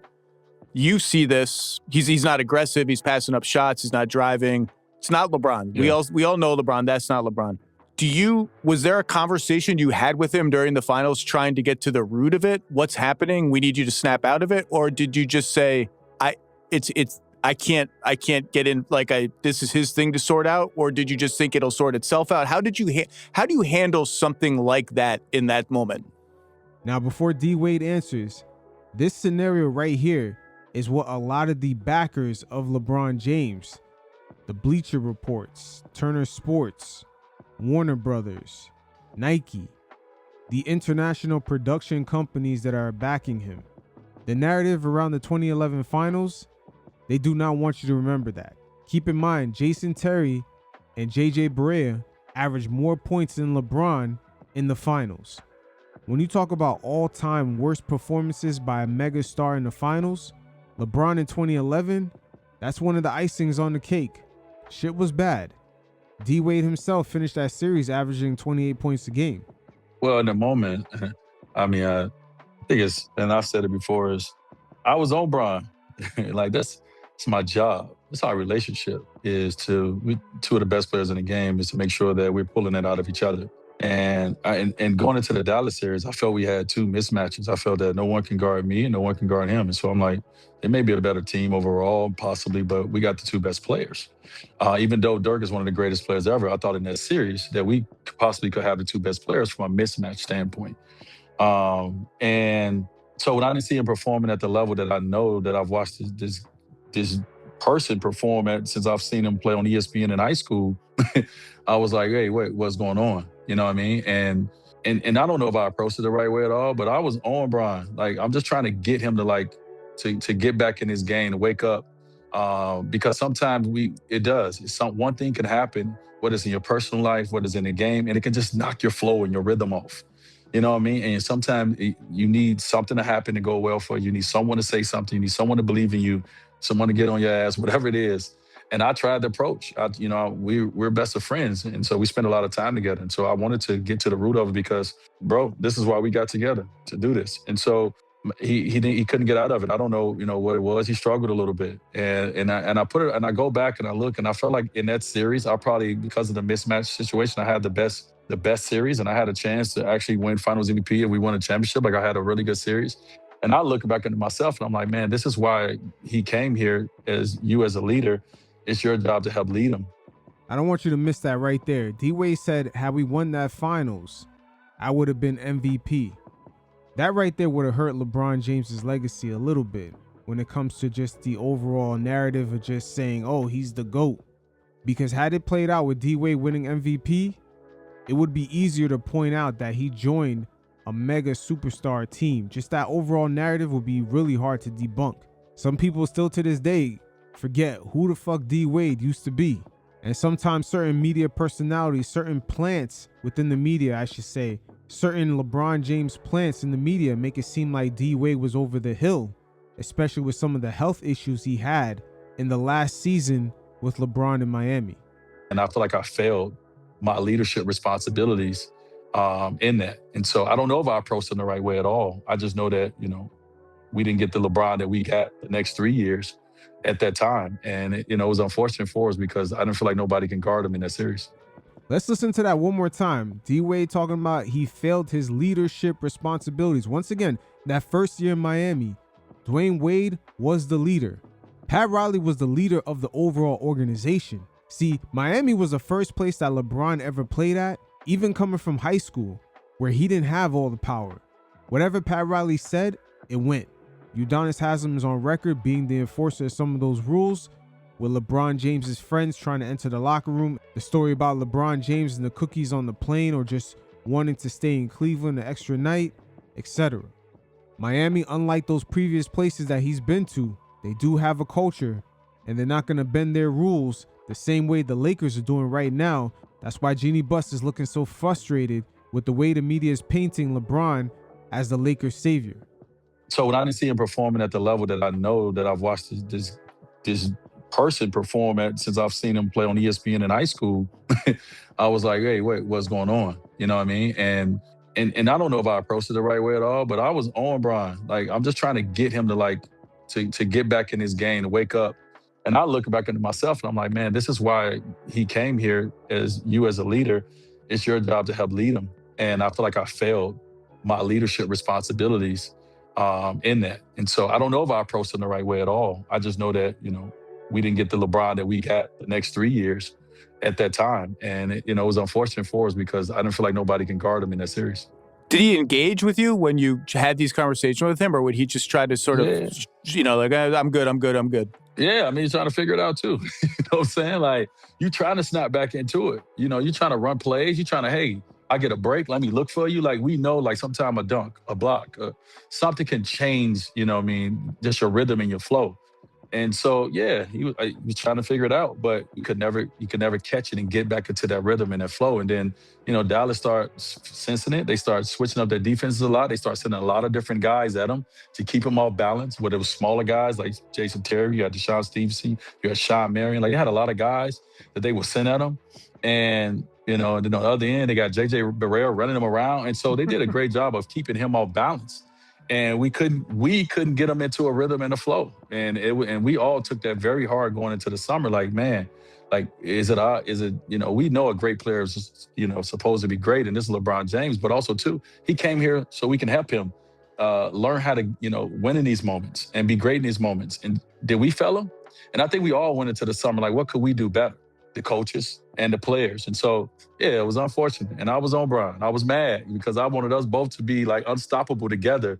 And I wanted us to, put that middle finger up to all the haters together in that first year. And like I said, the basketball guys just wasn't on our side because they didn't want to see the ugly side of us. And, the performance that we needed from both of us was not there in that series. Sometimes when players like D-Wade right here speak the truth on a mega profile player like LeBron James, someone the media is kind of holding up second to Michael Jordan or even on the same level, the truth can be a hard thing. And right here, he perfectly described LeBron James at that very moment. He didn't necessarily have the blueprint to just being that leader on a championship level team. Cleveland historically is not a winning franchise. That is something that has gone very underestimated in the storytelling around LeBron James. That's why he left. Pat Riley being the leader down there in Miami, he had championship experience even as a player because he wasn't as talented as guys like Jerry West, Baylor, Kareem, etc. That's where the whole body fat percentage thing comes from, just being extra disciplined so he can make the roster. So he understood on that championship level, there were certain things that have to be in place. Those are the keys that LeBron was missing. What it's like to be in that type of atmosphere, just having so many people in the building with that level of just championship experience. Again, Pat Riley in his time as a player in the 70s, also him being a head coach in the 80s during that whole championship run, the success he had with the Knicks in the early 90s, and of course the early run that he had with Shaq and D-Wade in 2006. LeBron James came into the building with that whole foundation already laid out. Now right here, we're going to see the whole purpose of this Rich Paul, Max Kellerman podcast with Netflix and Spotify, with Bill Simmons and The Ringer. That whole clusterfuck is really a setup for LeBron James and his backers to control the narratives with all these basketball mediums that are out there. This season so far, Rich Paul has had a response for every arrow that has come in LeBron James's direction. And D-Wade probably already knew he had a response coming. You guys check it out, and every once in a while, I'll check in. Jalen writes, Rich, what do you believe was the biggest reason for the Heat losing in 2011 against Dallas? Some say roster construction around the big three. Some obviously just blame LeBron. Some blame Spo for not being the Spo we all know today. What are your thoughts? So if you notice, they disguised the response in a quote-unquote fan asking a question, if that's even a real person. But D-Wade had made his initial comments with Zach Lowe, who is also part of that Bill Simmons Ringer podcast network. Ironic enough, on the very same day that episode dropped, Rich Paul's response came out at the same time. Of course, they're on the same network, so someone probably gave a heads up. Rich Paul also spoke about how he knew about Ethan Baxter's initial reporting about Jeannie Buss and the Lakers organization being frustrated with LeBron. He received that article 2 months prior before it was released. Again, a lot of these things are not coincidences, but the episodes with D-Wade's initial comments with Zach Lowe dropped the same day as Rich Paul right here disguises his response in a quote-unquote fan's answer. That's a good question. I remember it vividly. I think it was just one of those things where, I mean, obviously, we all know who the media scapegoat was. That's clear. But no, I just think it was one of those things where that was the first season. They didn't get off to a great start that year. They were like 500 after, I think, like 33 games or 35 games, close to 500. Then they had a hell of a run. Sure did. And I think that, sometimes you kind of shoot your wad a little bit because the first round they rode, the second round they rode. Dean wants me to pause you. I could hear him snickering. No, man, like I'm gonna have to pause you, Rich. Okay, fine. But sometimes, you run out. Yeah. You just do. And I think they had great series, great series. And then they got to the finals and they actually had a game that they probably should have won. I think LeBron has always had. But I'm glad he didn't. I'm glad he did not. Because it taught him going forward. forward. No, not even that. We had this conversation and we went to the Bahamas afterwards. And myself, Dwyane, and LeBron were talking. And they were kind of going over things. And I said, at that time, I'm so glad that you guys didn't win in that manner. I'm glad. Because I felt that villain role, that's not who you are. And also, D Wade winning the finals MVP and LeBron James' first championship is not good for his storyline, especially when he wants to be compared to, you already know, MJ. That villain role, that's not who you are as a person. And if God allows you to win in that capacity and you carry that with you, that's going to spill over outside of basketball. And so this loss was preparing you for what's coming next. And also it turns him into more, there's this humility involved, and it turns him into more of a sympathetic figure in people's lives. Without that loss, you don't get the 3-1 comeback. Right. Because Probably now true. you're a different person. And so, yes, he should have played better, and he probably was capable of playing better. But I just feel like, man, when God prepares you for certain things, you don't know why, and you just have to go through it. Hey, that was a great segue by Rich Paul when you start bringing God into the situation and all types of spiritual dynamics to avoid the fact that that was one of the worst meltdowns from a mega superstar in NBA Finals history. But it is what it is. The real GOAT of LeBron James is really how he's moved around off the court. Just the way he's leveraged being the figurehead of the league into business ventures where even his friends are now known as kind of sports moguls. Look at the way right here he sets up a proxy to kind of dodge a lot of the arrows that's coming from the media during his last season in LA. He's mastered this real well, even to the point where you have an owner in Jeannie Buss. She's frustrated in the way she's portrayed in the media versus LeBron. And she's coming from NBA royalty, especially being the owner of the most prestigious franchise in the whole league. I got to give my props to LeBron. Like, that's one hell of a chess move. All right, so every once in a while, it's great to take you off your daily algorithms. And in this segment right here, we're going to get into a multi-layered bag, as some of your favorite athletes are taking bad deals when entering into the media/podcasting space. This right here is going to be a 2-part segment, as Patrick Beverley did have a show with Barstool Sports, them using his name, likeness, and image in order to build up a show just to have a personal legal situation and eventually get kicked out. The same pillaging of an audience took place with Gilbert Arenas and his partnership with Underdog Fantasy, as they did build up a channel just for Gil to get into some personal legal situations, and then they switched the whole name of the show from Gil's Arena to The Arena. I mean, shit, Underdog went even as far as hiring Skip Bayless and a whole other crew, placing more resources under that show versus the original show that helped them build up that channel. Again, in this segment, it's going to be a multi-layered bag, as this very same formula was used among the many popular online streamers on Twitch. They actually validated themselves by letting famous celebrities/rappers come in and pillaging those audiences to build their own brand. A lot of your favorite celebrities entering the online media space are not asking the right questions. How are their likenesses being used for opportunities such as merch and marketing campaigns? What are the splits on Spotify, YouTube, certain endorsements, etc.? Are they being held back from competing against rival advertisers? Let's say in Pat Bev's situation, he can't work with DraftKings or FanDuel. The word on the street is a lot of these athletes are in 75-25 deals. And there's plenty of examples even from large media conglomerates such as iHeart no longer wanting to flip the bills to produce some of these highly coveted shows. They went on and did a deal with Netflix, even though that platform doesn't necessarily have the support system in order to make sure those podcasts keep on growing. But again, in the media space, the money is running thin. There's a heavy reliance on gambling advertisements, and a huge swath of the space is actually being consolidated. To kick this off, we're going to hear from Pat Bev tell his side of the story and his partnership with Barstool and how they used his name specifically on the show, the Pat Bev Show, to build up that audience and to only be let go and not even given enough respect to be told to his face. Again, we're going to get into some shit right here. You guys check it out, and every once in a while, I'll check in.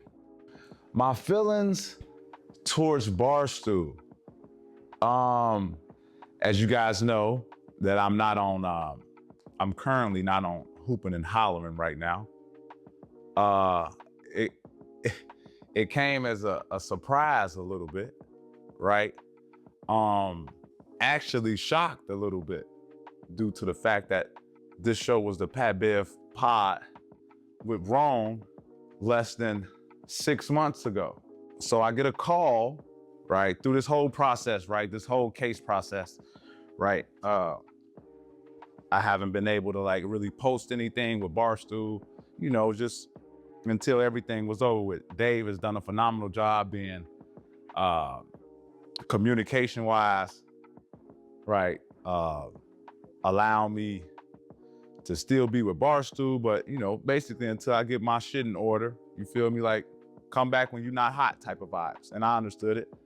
So now that, you know, everything has been, you know, the truths came out and everything is over with, I'll call Dave, like, okay, cool. It's time to get back on the pod. Like, what's up? You feel me? Dave say, have you talked to the guys? And I'm like, okay. I don't know why I got to talk to them, but all right. I hit the group chat. Mind you, through this whole time, right? And I don't want to harp too much on this, but through this whole time, like, I ain't heard a word from Ron, right? Not one word. Not, is you okay? Is family okay? Is mom okay? Is sister okay? Now, Adam Rohn is the host of the show alongside Pat Bev, and initially it was named the Pat Bev Show.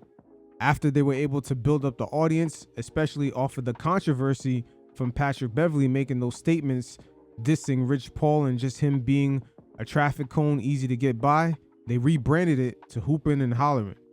And as Pat Bev right here continues to speak, we're going to see that his initial statements about the communication being clear was really not so much. And there is a lack of understanding from a lot of these athletes of the real business model to this whole new media ecosystem that we're all in. No disrespect to Rohn, but he could not build up a show just off of his name. Again, these guys got to understand they have a built-in audience from being in the NBA. And right now, a lot of behind the scenes people that used to work at FS1, ESPN, production crew, camera people, it seems like there's a conglomerate behind the scenes that collected all these former workers and they're creating their own companies, but they're pillaging the already built-in audiences of some of these NBA players. These guys got to hone in and understand the true business model in this whole new ecosystem. Not a word, right? And I'm an emotional type of dude, so y'all let me know if I'm in my feelings or not. So Christmas come, and I know I'm gonna get a, Merry Christmas from him. And you feel me? I wait, and I don't get, and I hit him like, yo, Merry Christmas, like, hope the fam is well. He hit me back like, oh man, was caught up with the family, yeah, hope all is well. Mind you, I haven't talked to Ron on the phone since this situation has happened.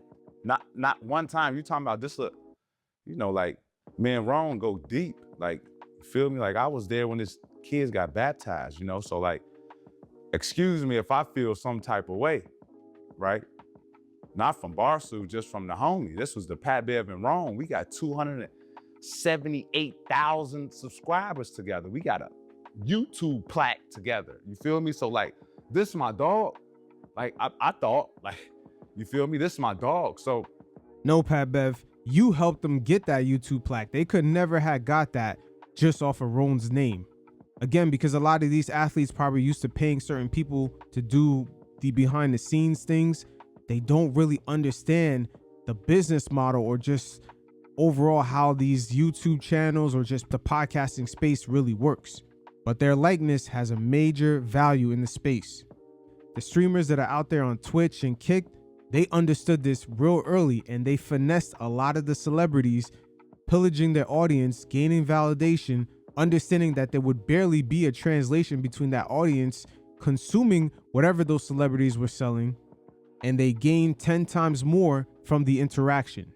There is a generation within the media and also within advertisers who just look at a large number of people watching something, but there are microtransactions that are happening and just audience building that they're not yet picking up on, and it has 10 times the value.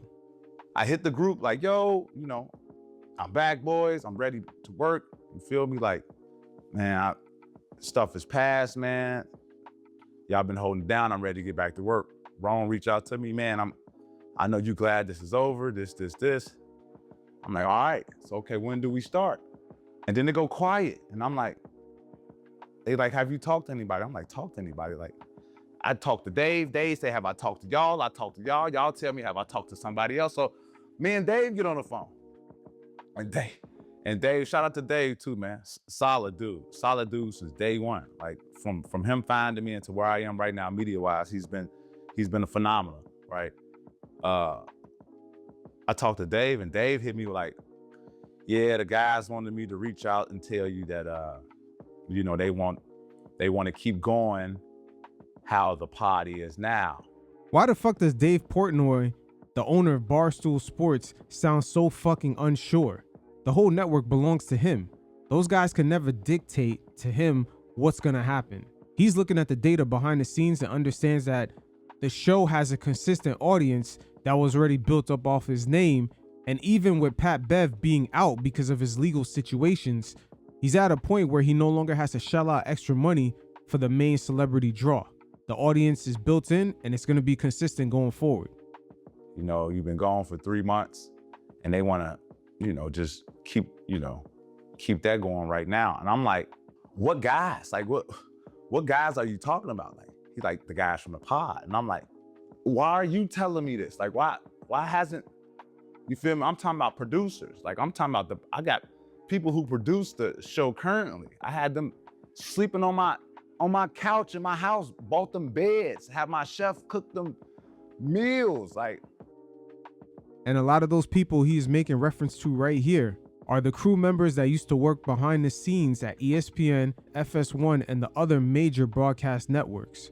Again, we're going to get into a nice mixed bag with this one.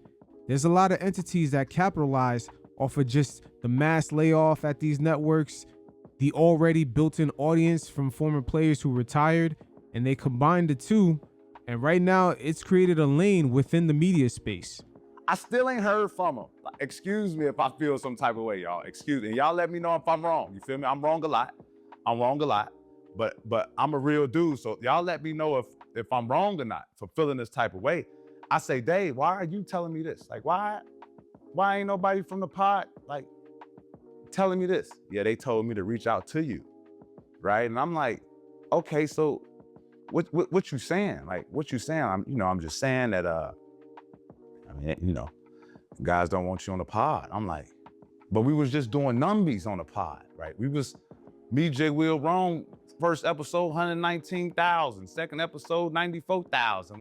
Now ask yourself this, will all those people tune in if it was just Rome by himself? Nobody really knows who these guys are. But again, they're pillaging the audience from the former NBA players. Pat Bev, don't worry, I got you. This is why the space has entities like me right here. With Netflix getting into podcasting and just pulling away a lot of popular shows, especially that were on YouTube, a lot of content creators, former athletes, and just whoever's in the space have to start assessing things outside of views and numbers. For example, a popular show that was part of that Netflix deal, like The Breakfast Club, that has well over 50 million subs on YouTube, is unable to garner any attraction once they change the platform. Taking a step back, we gotta ask ourselves, did they really have fans, or did they have people that subscribed to them that were fans of the convenience of YouTube? Spotify and Apple Music play the same game. They tell their artists they have millions of listeners, and they show off that listener count as soon as you hit that artist profile. But at the end of the day, a lot of those artists have to ask themselves why not only they can't interact with the audience, but are those listeners really fans of how convenient their music is to consume on these apps?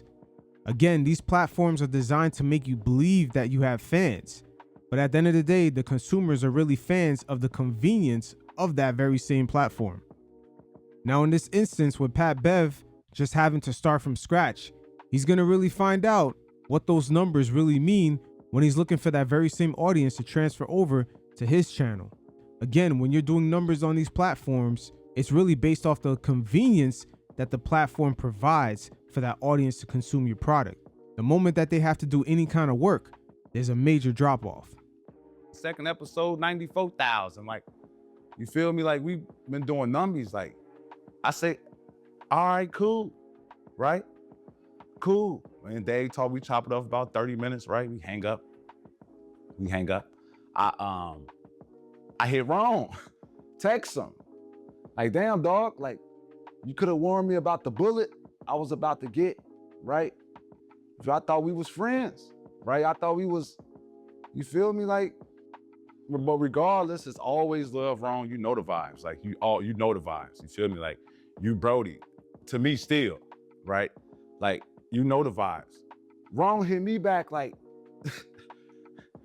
yeah, man, I just found out 15 minutes ago before you talked to Dave. Like, I guess they made a business decision.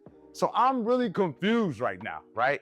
I'm really confused. If we live in a place where it's innocent until proven guilty and I'm innocent, I don't understand why, like, but that's a whole nother story. So yeah, that's the reason why I'm not with, on the pod right now, on Hooping and Hollering. But it's no, let me get this clear so everybody understands. It's no beef, no shade, no anything. I just know, like, I'm gonna get asked this question, so I'm gonna just answer it right off the top. Like, this is what was told to me, right? Even though we have a contract, right? I don't know if you feel me. If I didn't like a teammate, I just couldn't stop working with the teammate because I didn't like the teammate. Again, that's not how it works contractual wise. So now here's another interesting dynamic with these athletes just sort of signing up with these major networks.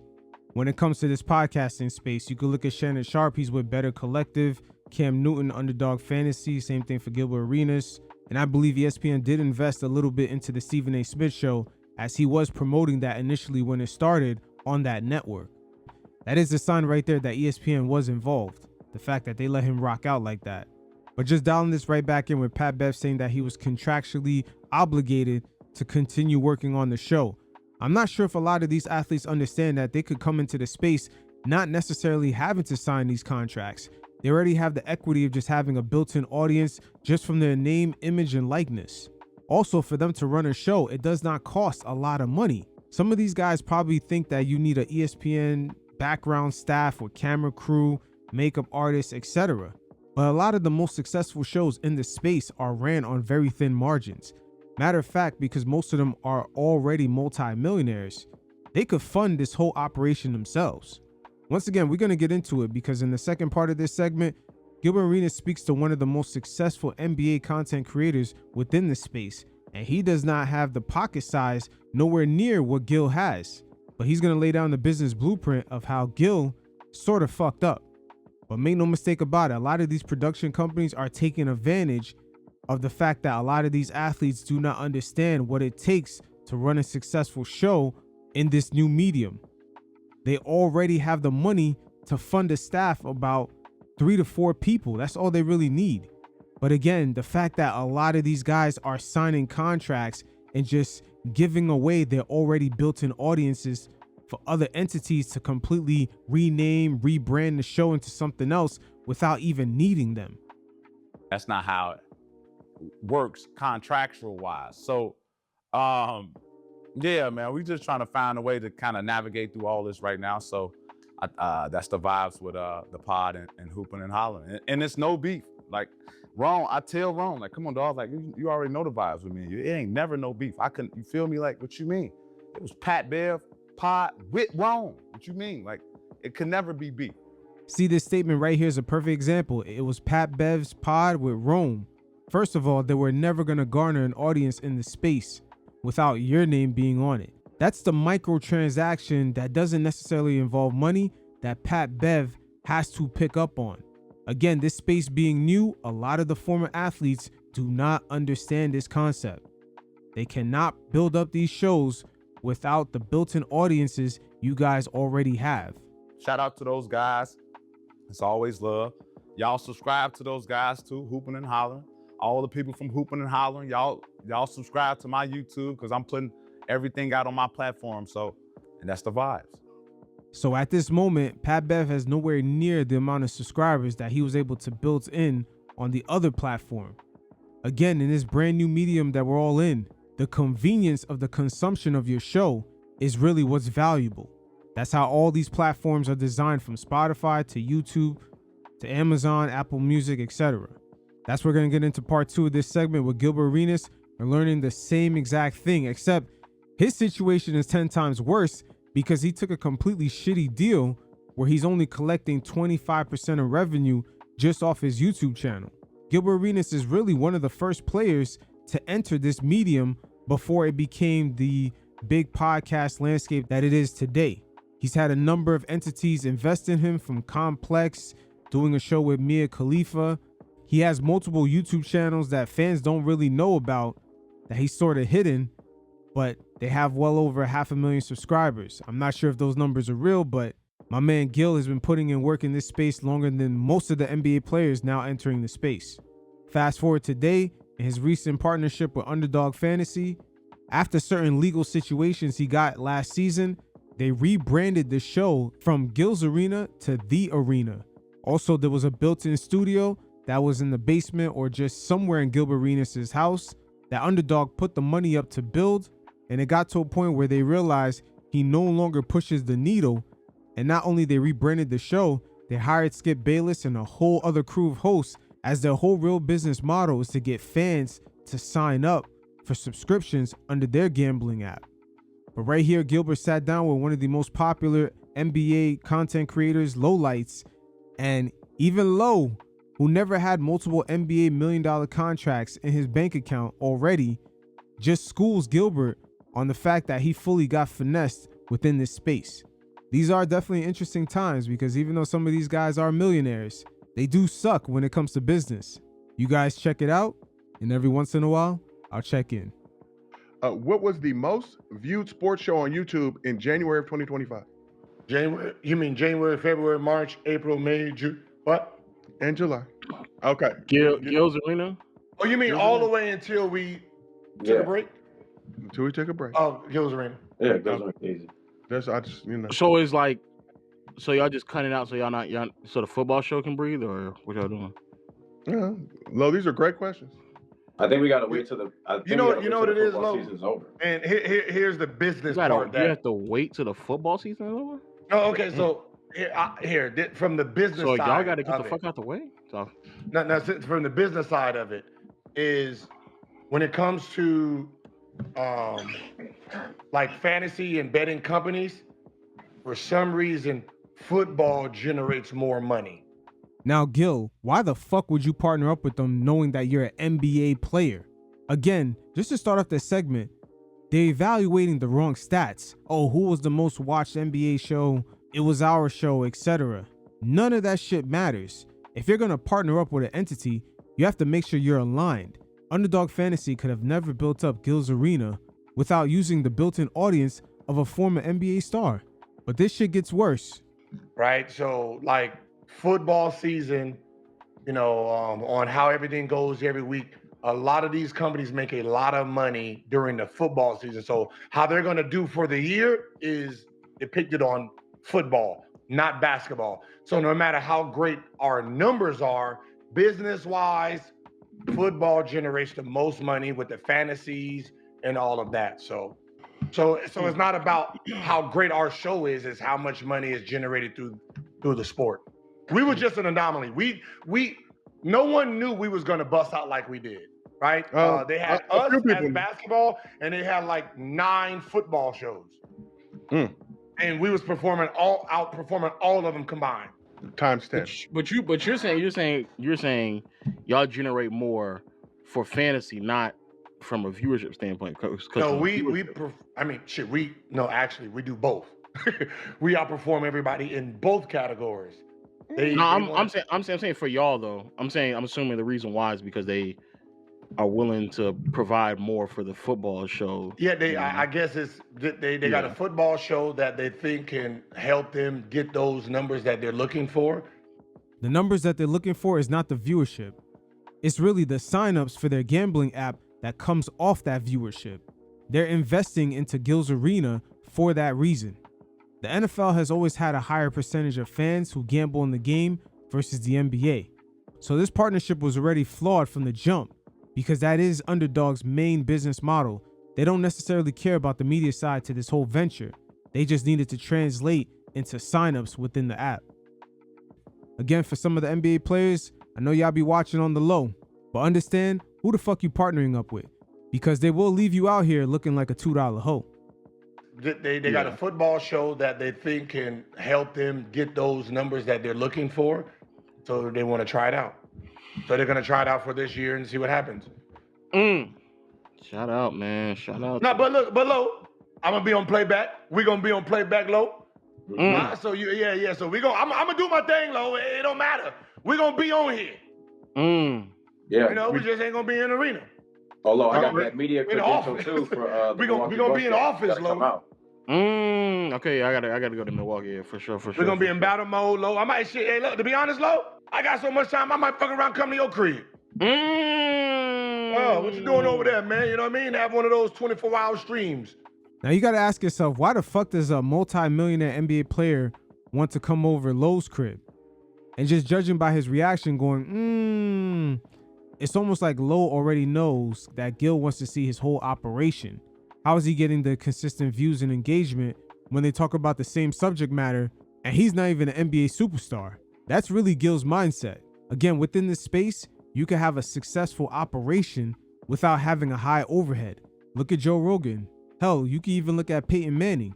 He went from recording his own personal feed to now he has a whole entity. And I bet you, according to him, because he's a multimillionaire already, it didn't cost him a lot of money to start up in a business he already knows the ins and outs of due to the fact that he's already an NFL player. No, we're not doing that. But I hear you. I hear you. So we have a question. 24-hour stream, Lo? I'm not doing a 24-hour stream. What the hell? Gil, we have a question from 2K God. He said, question from 2K God. He said, if football is popping, why did they have to take over your channel? Why couldn't they make their own channel and make that pop? Hey, that's a great question by the chat.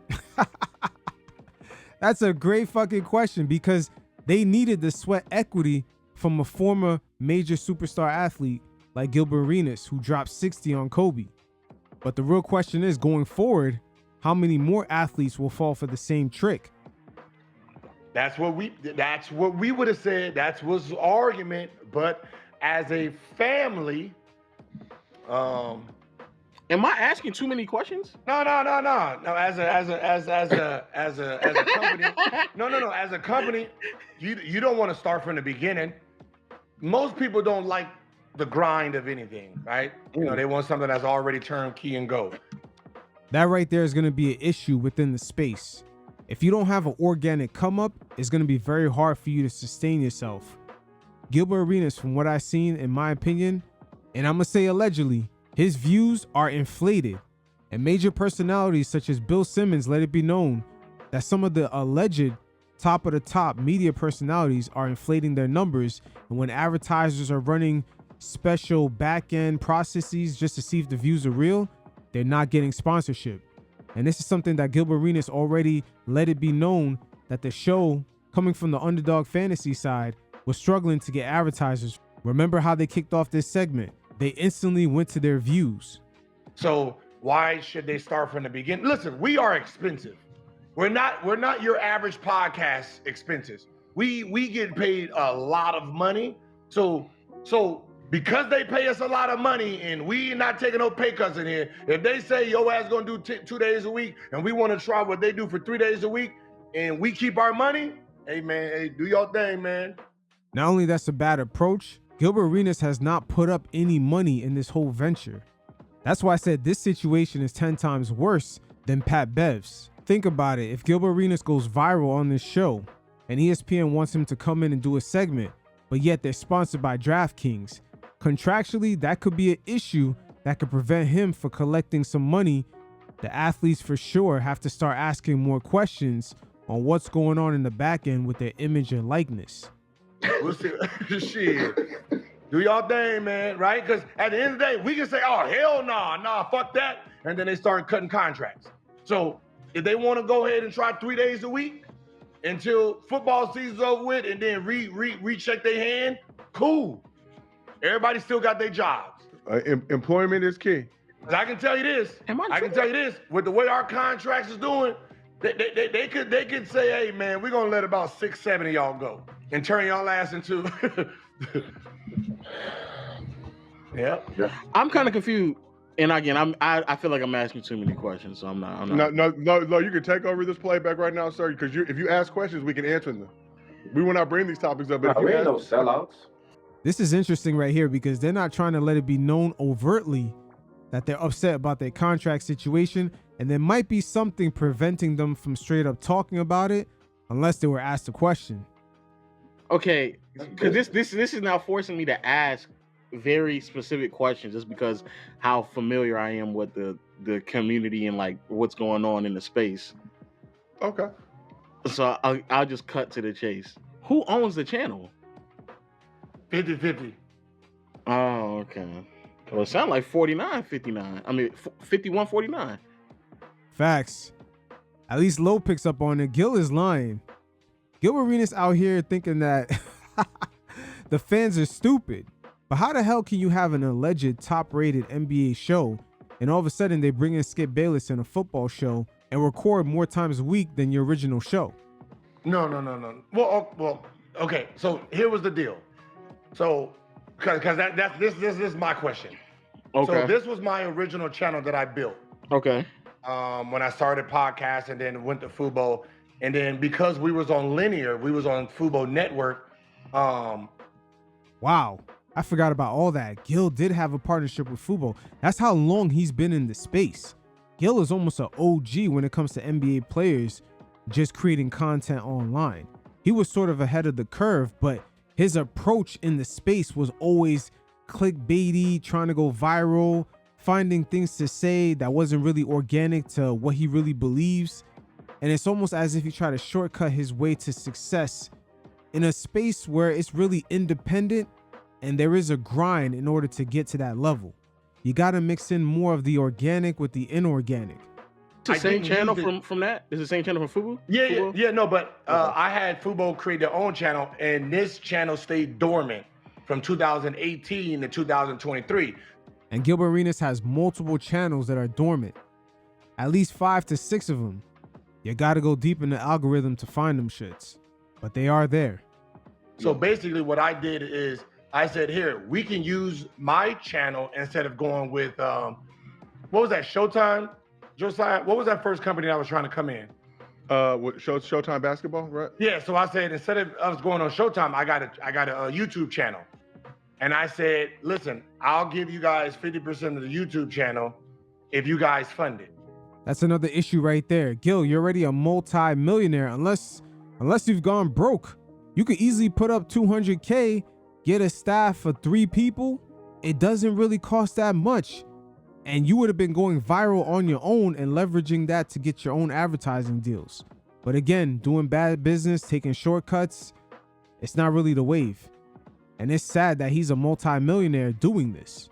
If you guys can have full control, like where it comes to thumbnails, creating, because I didn't know nothing about none of that. So you guys had the infrastructure. You give me the infrastructure, we're good. Now that right there is what many companies are taking advantage of with these guys walking around with already built-in audiences. They do not understand the back end and how much money it really takes to have a successful channel. But if Gil had any volts just moving through his brain, he would pick up that Low actually built a successful platform without investing millions of dollars. So you already being a multimillionaire, if you got a staff of 3 people and just put in the work, put in the grind, the sky's the limit, brother. And I said, listen, I'll give you guys 50% of the YouTube channel if you guys fund it. If you guys can have full control, like where it comes to thumbnails, creating, because I didn't know nothing about none of that. So you guys had the infrastructure. You give me the infrastructure, we're good. And that's how it went. How long does that last? I'm a free agent, and we're me and Joe free agent this summer. BJ just signed a 2-year deal, right? BJ, you just signed. You got re-upped? Yeah, I signed a 1 year. Oh, you signed 1 year. Oh, yeah. So we all free agents in the summer 26. Yeah. Yes. Damn. Yeah. I guess there's other questions that need to be asked, but we won't ask them now. You can ask, man. We said enough. We've said enough. No. Here's the thing is, whatever question you ask, we asking the same thing.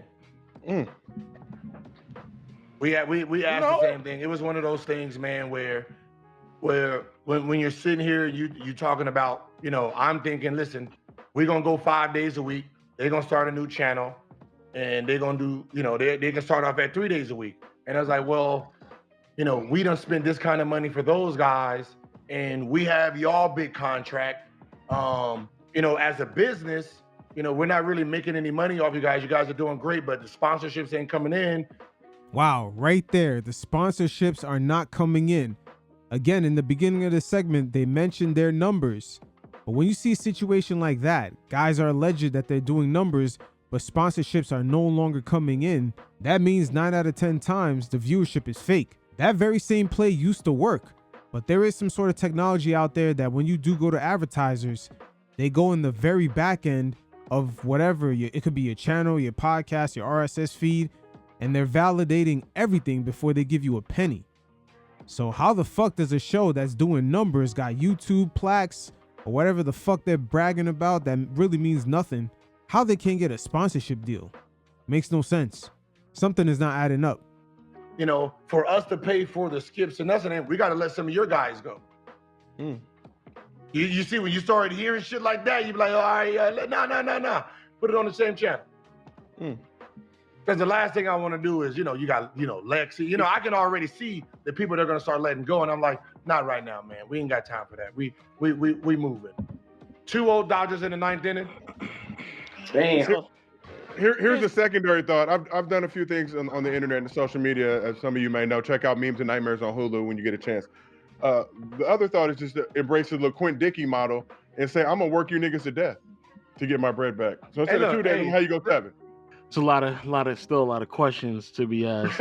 I ain't, cause I'm gonna get real nasty. Oh, bases loaded too. Let's go. That's not even nasty. This just the game is the game, ladies and gentlemen. There are things it's not. There are things you can't control. I mean, no, man. not. Listen, let's just say it. I don't subscribe to that. I don't subscribe to that. I don't. Let's just say a lot of original Gil's Arena staff, man. We got to mail them the million plaque. Let's just say that. Gil, you do not need a staff to run a successful channel like that. You yourself already being a multi-millionaire, that's if you didn't lose the money. For the price of one of your luxury cars, you could have hired 2 to 3 people and maybe even paid them for 2 years. Build up a whole network and leverage that with your already connections being an NBA player to get advertisers. But the fact that you quickly ran to multiple companies, Fubo, Underdog Fantasy, Complex, you ran to them like a little bitch instead of trying to understand the business, they pimped you out like the little hoe you presented to be. And y'all and everybody in the chat, y'all know what side of the internet I come from. I come from everybody that I know from that side of the internet owns everything that they do. AMP owns that. When AJ and I was doing playback and peer-to-peer, we own that. bro. We and I've every YouTube channel I have done, I have owned. Davis, every channel he owned. Kai, Duke, Phantom, they've all owned. So the idea of like someone owning something that they don't, I've never in my life. Matter of fact, I even convinced niggas to cut off they CMCs so they weren't nobody taking no cuts at all. So I've never, that wasn't me. That wasn't me. I can't. It wasn't Wouldn't me. let that shit happen to me though. Yeah, it wasn't. And to be fair, the money is crazy when they put it in your face. But then it's like every like 3 to 4 months, if you just dedicate a little bit more time, it's like, man, that shit don't even like what y'all like. The price keep going more and more up. So it's like, what the fuck? Even Low picks it up. The fact that these guys took a shortcut, now they're getting what they're getting. And that's very unfortunate because once again, Gilbert Arenas has been in this space for a very long time. He's one of the first, I would say, NBA former all-star players to actually start creating content on the web. Not only he should be further along, but the fact that he's tied into all these contracts has definitely put a ceiling to his potential. Listen, what you're saying is 100%, and I always talk about 100% ownership. But I had to make a decision when I first started, right? And I needed infrastructure, what I didn't have, right? Starting up a YouTube channel, we were on linear. I wasn't using this channel, so giving up 50% of a channel I didn't use seemed like the best idea to get a full studio and do all that. Again, right there, it's assessing the transaction. A lot of these athletes are holding on to something that they may not recognize right away. Just the built-in audience that they already come with is worth millions. Matter of fact, I'm not even equated to money. It's really the whole engine that makes the platform run.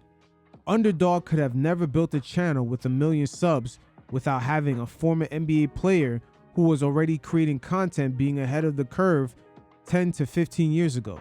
That's something right there that you can't put a price on. And Gilbert Arenas giving that up just to have a built-in studio. My guy, you're a multi-millionaire. You couldn't build that shit yourself? Right? Put the boys on, fully paid for, didn't see us going to this point. I didn't care about the YouTube channel because it's pennies. It's pennies to what we make. Yes, it's pennies, but you traded away the whole engine for something that should have been pennies on the dollar. You're talking to someone at this very moment who built a platform without having millions of dollars or the same level of investment from an outside company that you did. And he's 10 times more successful. Right here, it looks like Gilbert Arenas has envisioned himself within this whole content space, producing a show on the same level as, I don't know, a Sports Center or just one of these highly produced shows on television. But that doesn't necessarily move the needle within this space. He has to understand that. Yeah. It's pennies to what we make. Pennies to what we make. Long term, or are you talking about? Right now, it's pennies to what we make. So put it like this. If I own this and they said pay your staff, nigga, I can't afford not one person on my staff. Not me. Nigga, I'll be elsewhere. That YouTube, then put it like this. The YouTube makes about 3-4 million a year. Okay? That ain't our staff. Just say that. Our staff is way over 4 million a year. Right now, he's talking to lowlights who doesn't even have a staff that even equates to $1 million a year. And yet he's built a 10 times more successful platform without already having a built-in audience from being an NBA superstar. You know, in today's world, it's a little bit of a flaw how people look at things from the top down. But if Gil continues to want to do that, he could look at Joe Rogan and see that he really kind of popped off with a staff of about 3 people. Might be a month. 4 mil a month. I don't know. Yeah, I get what he's saying. I get what you're saying. So to give up 50% and y'all take care of that, and we just entertain and you build the structure, you do all that. That was the investment that I had to do. And then this next summer we'll reevaluate it. But listen, I'm like you. I'm a content creator, right? So I consider myself the tree. I'm the tree that makes fruit. I can move on from channels and start back up and do me, right? I understand how to create and do this from an entertainment standpoint. So I don't want to have 100% of something if I can't maximize it myself. Now, when the summer comes, I can maximize it. But when we first started, I didn't know nothing about nothing. Yeah, okay. And that has left him in a position where he let an outside company build a whole studio within his house and at the same time remove him from that show, even to the point where he can't enter that space within his own house. Shit, if Skip Bayless is in his house the next morning, he might be able to see his girl in a certain nightgown and tell him, hey, just stay out of the basement. She could come down here, but not you. Ain't that a bitch? You know, I was just on YouTube Beef Streets, you know, talking shit to Kwame Brown. Yeah. That was it. And from there, I built 4 studios in that time frame. You know, so now it's time we can all do what we got to do. I got Amazon, I got Netflix, I got everybody barking. And none of them had a bite. Matter of fact, Amazon went with another show with Keenan and Kevin Hart. A fucking sports show with Keenan and Kevin Hart? That's kind of crazy.